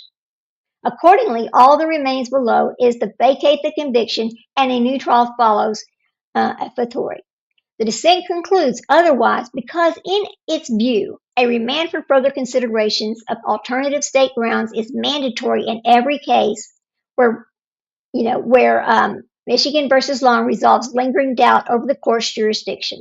Long describes the circumstances under which this court has jurisdiction to review a state court's judgment. It does not limit the court's remedial authority over an established federal constitutional violation. Nor does any precedent support the dissent's rule. The state courts who grant relief to criminal defendants under an erroneous interpretation of federal law may later grant relief as a matter of a more protective state law. Plainly, okay, then it goes Kansas versus Carr, and then it's talking about Sotomayor dissenting plainly does not deprive the court of the authority to grant relief where it finds federal violations, contra post Act 35, which is Arizona versus Evans. Under Michigan versus Long, the state courts are absolutely free to interpret constitutional provisions to accord greater protections to individuals' rights than to do similar provisions to the United States Constitution. The dissent inverts that this precedent, asserting that the state court should always have another opportunity to identify additional grounds for denying relief, even where this court has found a federal constitutional violation. Yet there is no reason to allow state courts a second, third, or fourth bite at the apple to identify alternative state grounds for their decision in every case involving dependent grounds. The facts as conceded by the Attorney General and supported by the record established a violation of NAPU. A new trial is the remedy for NAPU violations, and this court has jurisdiction and the NAPU violations occurred. Thus, Glossop is entitled to a new trial, vacating the conviction and remanding the case to the OCCA under similar circumstances. The judgment of the Oklahoma Court of Criminal Appeals is reversed, and the case is remanded for further proceedings not inconsistent with this opinion. It is so ordered by Justice Gorsuch, who took no part in, okay, so Justice is Gorsuch, took no part in the considerations of the decision of this case. So there you go. That was Sotomayor's actual opinion. I mean, there's also Judge Barrett concurring. Judge Barrett also gave an opinion. Now, there's 82 pages to these opinions, and I'm not going to be able to read them all today. There's also Justice Thomas gave an opinion. So it looks as if, let me go over here a minute. Hang on, guys. Let me go back up to the top because there's a spot over here. I'm going to hang on a minute. Whoops. Okay. Ooh, 82 pages. No, there's no way I could read 82 pages right now. It's kind of late. We've already been on here 3 hours and 20 minutes. Woo, that's a long time. But it's a very interesting case, and a lot of things happened here. And clearly, the violations happened. Now, when these things happen, what happens? What happens to the prosecutors who make these mistakes, who make these errors, who actually know they're making these errors, right? So in summary, the Supreme Court reversed Glossop's conviction, ruling the prosecutors violated constitutional duty under NAPU by allowing false testimony about Snead's lithium treatment and mental health, which was material to the verdict. The court emphasized the importance of correcting false evidences and found procedural barriers insufficient to prevent review and ordered a new trial highlighting prosecutorial misconduct and evidence suppressions. So how does let me see, how does this judgment affect the parties? That is the main question here. Okay, let's see what we got to say here. Hang on, let's take a look. This is how it affects, okay, it says, what? You're not going to respond at this term. Hang on a minute, be more. The Supreme Court is civil, okay, this is a syllabus about this. Let's see, be sure to double check. Okay. Well, how it affects the parties is the fact that he's getting a new trial. That's it. That's over. I mean, I don't know when this new trial is going to happen, but here's the case. I hope that they have a new prosecutor because both times he was tried before, it was under the same prosecutor. How does that work? How does that work? So let me see something. Hang on a second. Let me pull this up. Okay. I have seen the parties to the case, really up to the parties. Okay. I have seen cases where they have tried them a couple of times and then they just decided to drop it and not try them at all. They just walked away from it, you know. So effect. Hang on a minute. Let me pull this up over here. Hang on, guys, just a minute.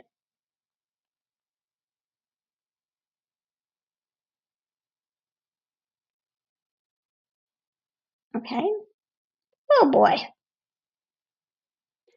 So in real world, how the Supreme Court's ruling affects all the parties. That is the question, right? The death sentence is no longer valid. The conviction is overturned. He gets a new trial. Okay, so the state of Oklahoma loses their conviction and their death sentence.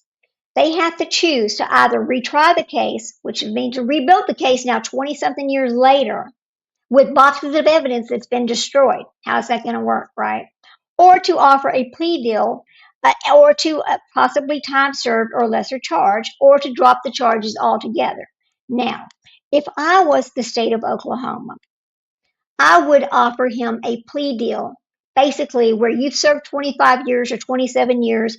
You can walk out as, he could do an offer, let him take an offered charge. Just take an offer plea where he's saying, I'm not guilty, but I'm accepting what I was given. Let's talk about the offer plea real quick. You see this a lot in other cases. And the reason why they offer pleas is because they don't want to exonerate these people, because they know when they exonerate these people, they're on the hook, because the people can go back and file suit against the state of Oklahoma or the state of Texas. So an offer plea, why somebody would take it? To avoid a death penalty, to avoid life without parole, and the risk of losing at a trial. So I'm hoping if Richard Glossop was offered take an offer plea for the time served, he could maintain his innocence, accept release or reduced sentences, and avoid another trial where he could be sent back on a death penalty. It's it just gets rid of, I mean, there's weak evidence. We know the guy lied. They're missing boxes of evidence now that's already been proved that they were destroyed.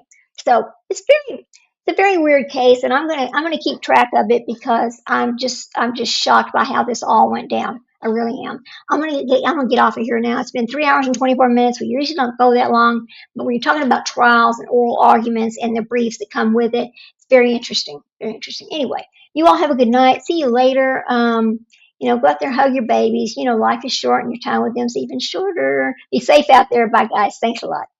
Oh, remember to hit that like button on your way in or out. Either way, thanks.